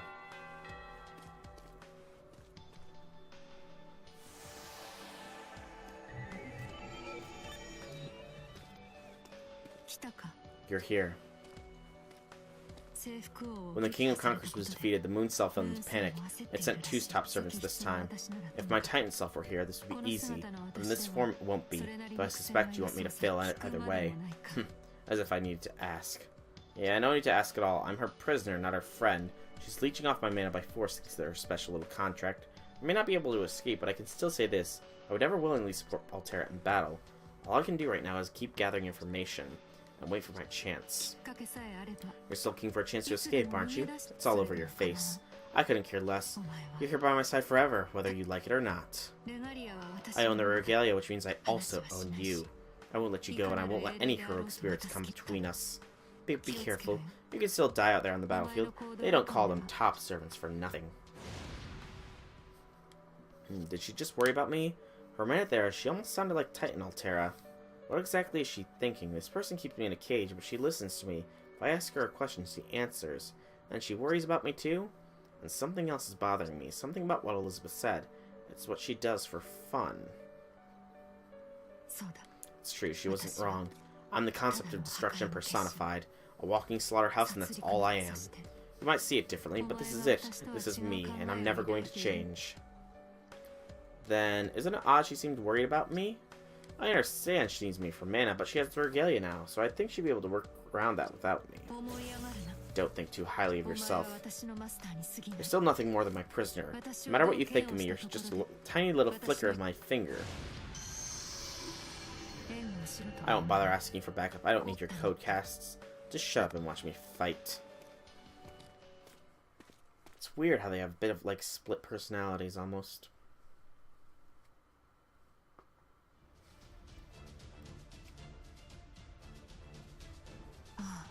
When will I awaken from this dream?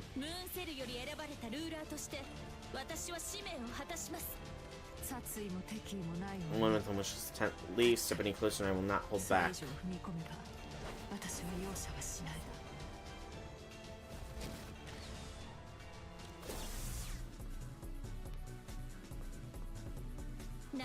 I heard you defeated the King of Conquerors, but I didn't expect this much power from you. I suppose I should have. Vanguard of the Umbral Star, you could steal humanity's future. I see, so you're the next top servant then.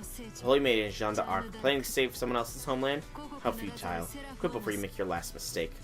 Following the King Conquerors, here comes the Holy Maiden of the Nation of Salvation. Her true name is Jeanne d'Arc, a world-famous hero from France's 100 Years' War. Even if I'm stored away in the ring, I can feel her hidden power from here. The King Conqueror's intensity is like an onrushing tank. The Holy Maiden is like the flow of a cool, clear water. Beautiful, but also intense. After all, enough water can bring down a mountain. You saved some lives and taken others, but that's all you've done. I'm the messenger of all destruction. No force, not a tsunami, not even you can stop my ferocity. You should yield and join my forces. If you obey, then I will spare you. A top servant like you would be of use to me. Join you, you're quite different from the Moonsel led me to imagine. Your call to surrender is a waste of breath. I may not have royal authority, but I'm nonetheless a ruler. I was given the extra class to help agitate Holy Grail War, but now I will use this powerful battle. I will seal you away, Altera, and forever this time. I see. So you do not wish to kill me. You may hold your truth to your faith. To be so naive and deaf, nonetheless survive so many battles.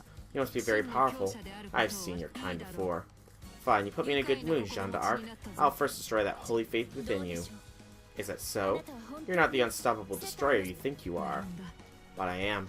What else would the Moonsel have sent you?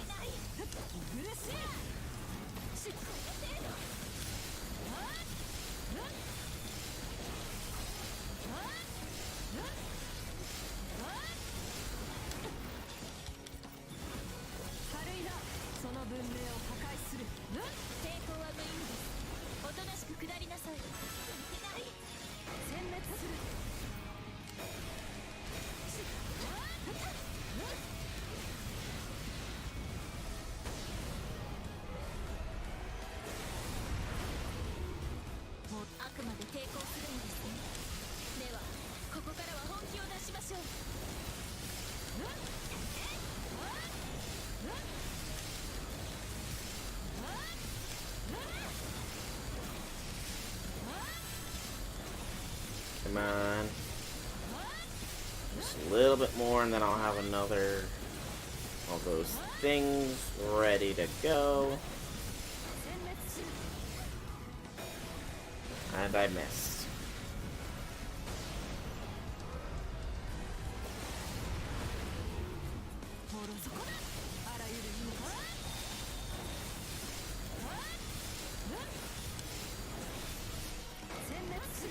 There we go.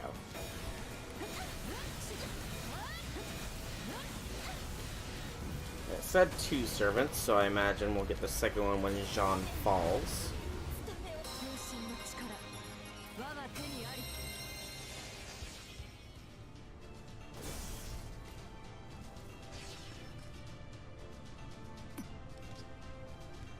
Storm hits, no more than that. I'm getting chills. Even locked away in this ring, I can feel them.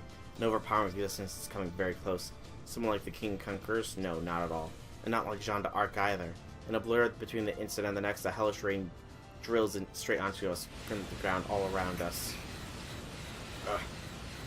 Jeez, Gil not even getting genre guard.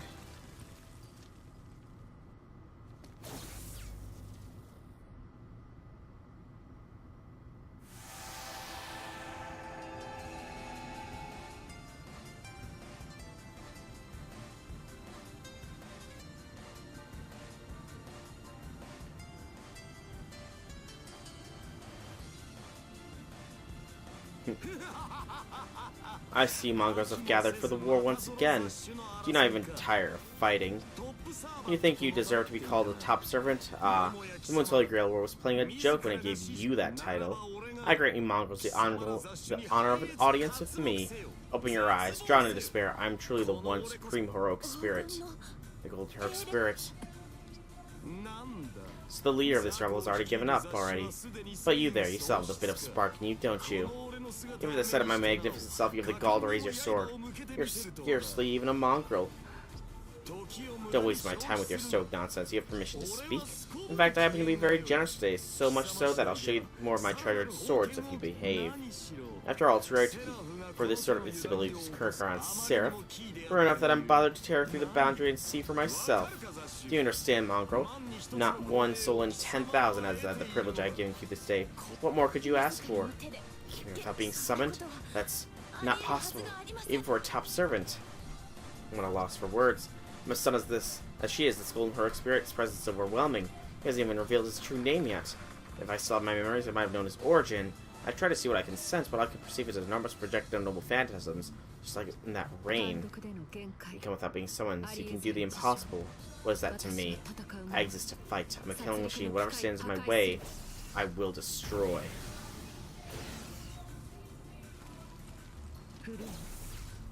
You have the scent of an ancient civilization. You were far above humanity in your first life, weren't you? Golden armor, infinite noble phantasms, only one servant fits that description. I didn't call for you, yet here you are, King of Heroes. King of Heroes, the world's oldest hero, Gilgamesh. The scent? What a fitting savagery from an underling of the Umbral Star. You're a beast, drooling over what's in front of you. But in admiration for your unparalleled body, I will accept those words from you. Dark Warrior, I know your legends even older than mine. Prove to me that they are true. King of Heroes, Gilgamesh.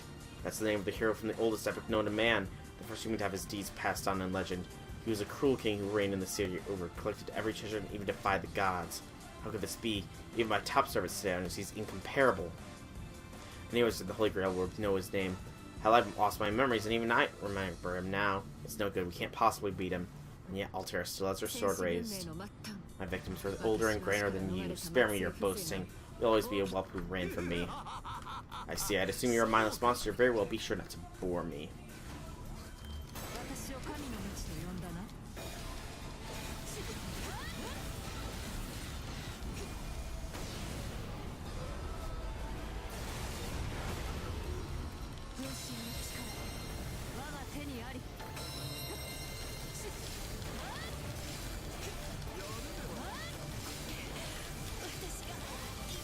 So based off of CCC, while Gil is powerful, he has been sleeping for a great bit of time, so that must be why he's so weak. Time of judgment has come. Lower your head.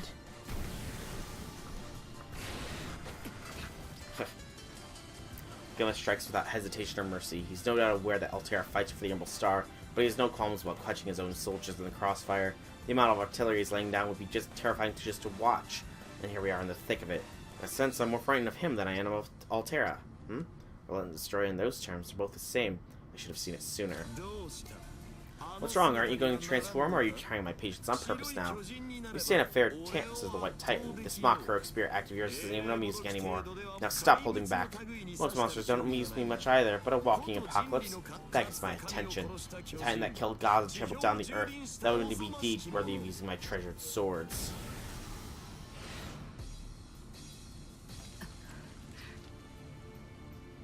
King appears right. Altera broke a sweat against the King Conquerors and she's up against a wall. But she can really transform into a world-destroying Titan. Why doesn't she? Is her ability to transform restricted somehow? If so, it occurred to me that Seraph was built on information, and we could theoretically reproduce White Titan's data and unlock her power that way. Of course, there's a wild guess. King appears. It's true that I'm a reincarnation of that great destroyer. I didn't leave the kind of legacy the other heroes did. My sword exists to annihilate all in my path. But even so, I have a memory of walking the earth in this form, not as a Titan all those years ago, but as an ordinary human. Once I fought for more than destruction, I fought to leave something behind. I know I did, and I don't want to lose that memory. Oh? You called me a mock heroic spirit, and yet you're not wrong, but right now I'm just Hero Altera, and as long as there's someone who calls me by that name, I'll wield my sword in this form. If you wish to fight against Zephyr, then you'll have to crush this body and resolve with it. Ah. Now for the first time I understand something about her. Everything she just said was completely sincere. Every word of it was true, and it came from the bottom of her heart. She may be the king of destruction, but she may be a killing machine. She was born that way, and I fully expect her to stay that way. But at the same time, just in this moment, I felt a quiver in her heart. That was Altera, the vanguard of the Umbral Star. And that was Altera, the killing machine. If she can be a heroic spirit, then I... If they won't become the White Titan, then I will rouse the slumbering giant myself. What is this, poison? Now become the Titan or perish as a mock mongrel.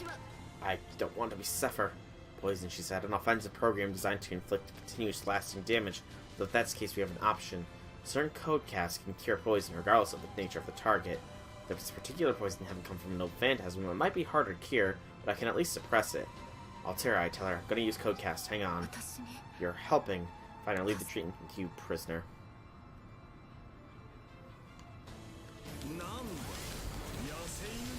So it seems the underdog has fangs.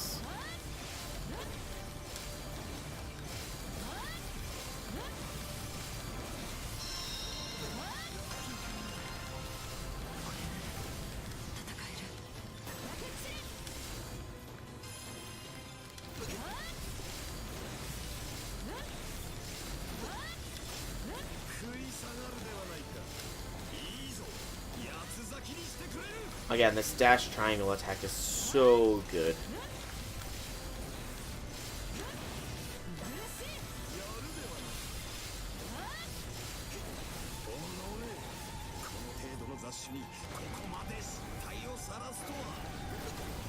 There we go.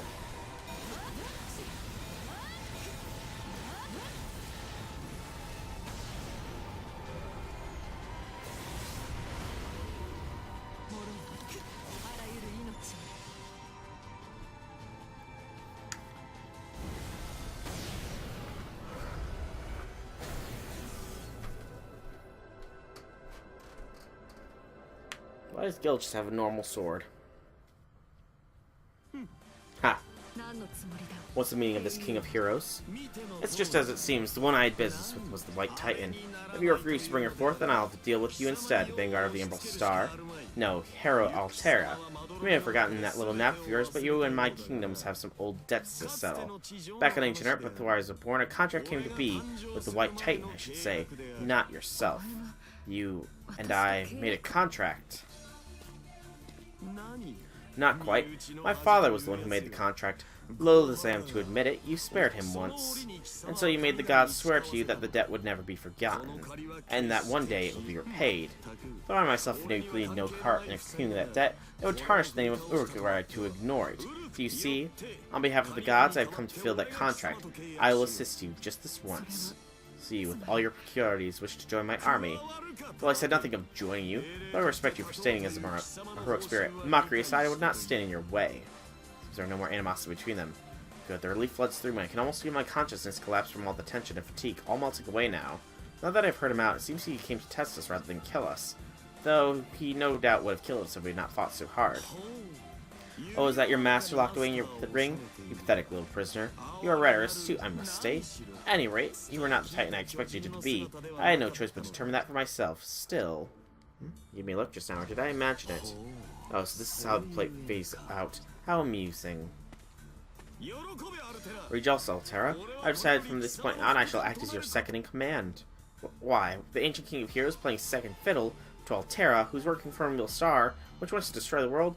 Doesn't that mean the world's finished? And wait a second, did he just say he wasn't going to join her earlier? Ha, I said in the heat of the moment.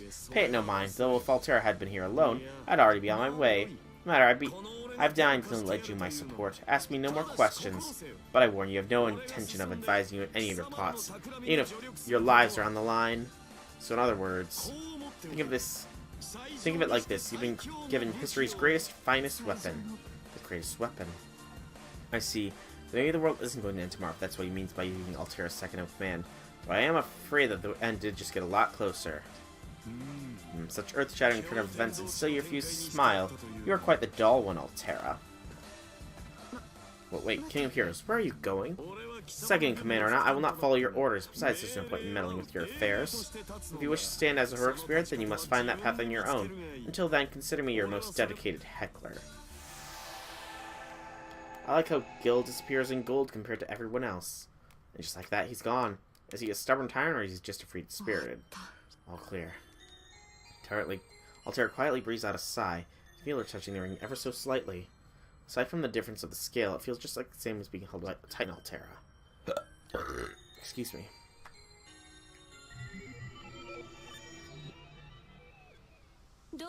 What are you plotting, King of Heroes? I've never guessed that a servant like you would work under the Umbral Star to help destroy the world. What? You're still alive, Holy Maiden? Then I trust you've heard what I decreed. And so I have spoken, I would never go against my own words. What about you? It seems you were summoned by the Moon Cell, but a servant can serve as a contractor. Heroic spirits are not meant to fight for the Moon Cell itself. In the end, the priority is the future of mankind. And yet, just as the King of Conquerors did, you fight for your own passions. In any case, Holy Maiden, I want what you would truly believe is the most important.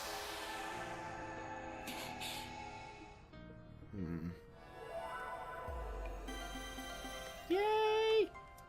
EX rank! Do I get anything for EX clear? Yes! The Awakening Ring!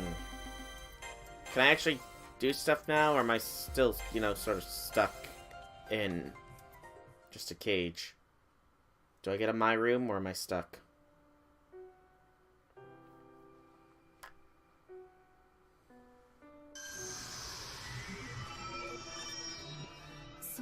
Alright, you see, we encountered the unexpected, and you, I want to thank you. Being a temporary heroic spirit, I would not have been able to been a match for the King of Heroes, but I won, and because of you, I didn't just win, I held myself back from destroying everything. Your mana alone would not have been enough for me to do that. You chose to help me, and I'm grateful insofar as I can be. No matter what our contract looks like, I am her master, so of course I'll support her. Regardless of anything up until now, I'll spare no effort in assisting her with my codecast from now on. She doesn't have to thank me. After all, our contract binds us together. Don't get carried away. You're still my prisoner. That hasn't changed at all. Yes, as it was, so it will be. Regardless, I feel like something has changed. Am I imagining it? It feels like we're both taking a step together. And Altera is still an enemy out to destroy the world. I'm still afraid of her, still cautious of her. But even so, something happened between the two of us today. What is that look you're giving me? No matter. It's all clear to you, then head back to the cave. You need to rest and recover your mana, just like last time.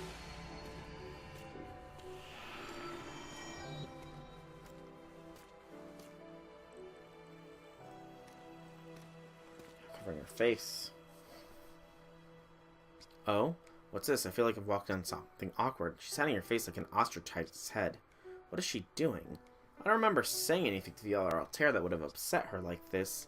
At least not that I'm aware of. If I did say something, I wish she would tell me. Huh? Did she just whimper? Is she afraid of something? No, afraid isn't the right word. Alright, well, standing and watching this isn't gonna help. Titan Altera, why are you... yes, what? Oh, welcome back.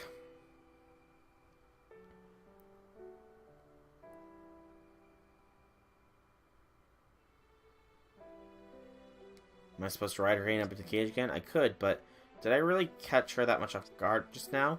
She was so relaxed and elegant before. What happened? Hero Altera's never been like this either. This is... Huh? Oh no. Why, you're my master, yes? Yes, I am, and her prisoner. But some things are no longer necessary. Some things need to end. And do you really mean that? But you just said you're my master. So she does know about our exchange on the front of the throne, which means she'd already understand. There's no need for the cage. I won't run away.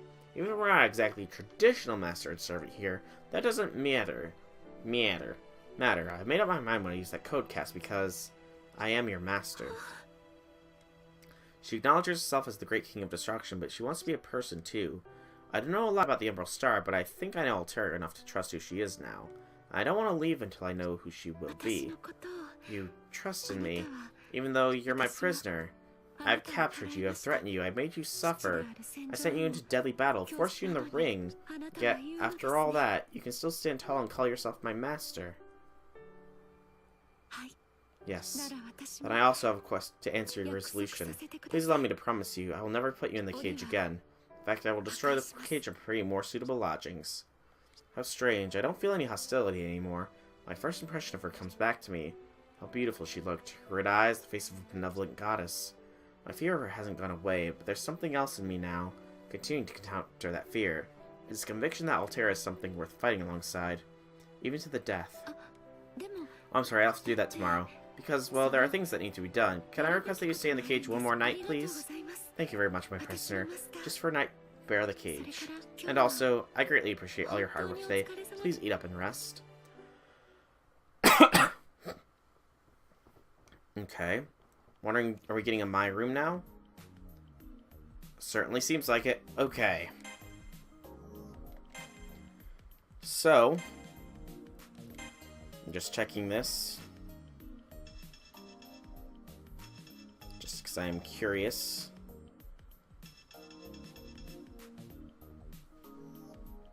Moon drive. For that. Probably boosts it to full. However, it is 10 o'clock, so I do think that I will call this stream here. We should be able to hopefully finish off the rest of Umbral Star in the next stream, which I'm tentatively going to say is going to be on Sunday. If not then I may not do a Grand Order stream just because it's going to be farming and I might replace it with this. I don't know.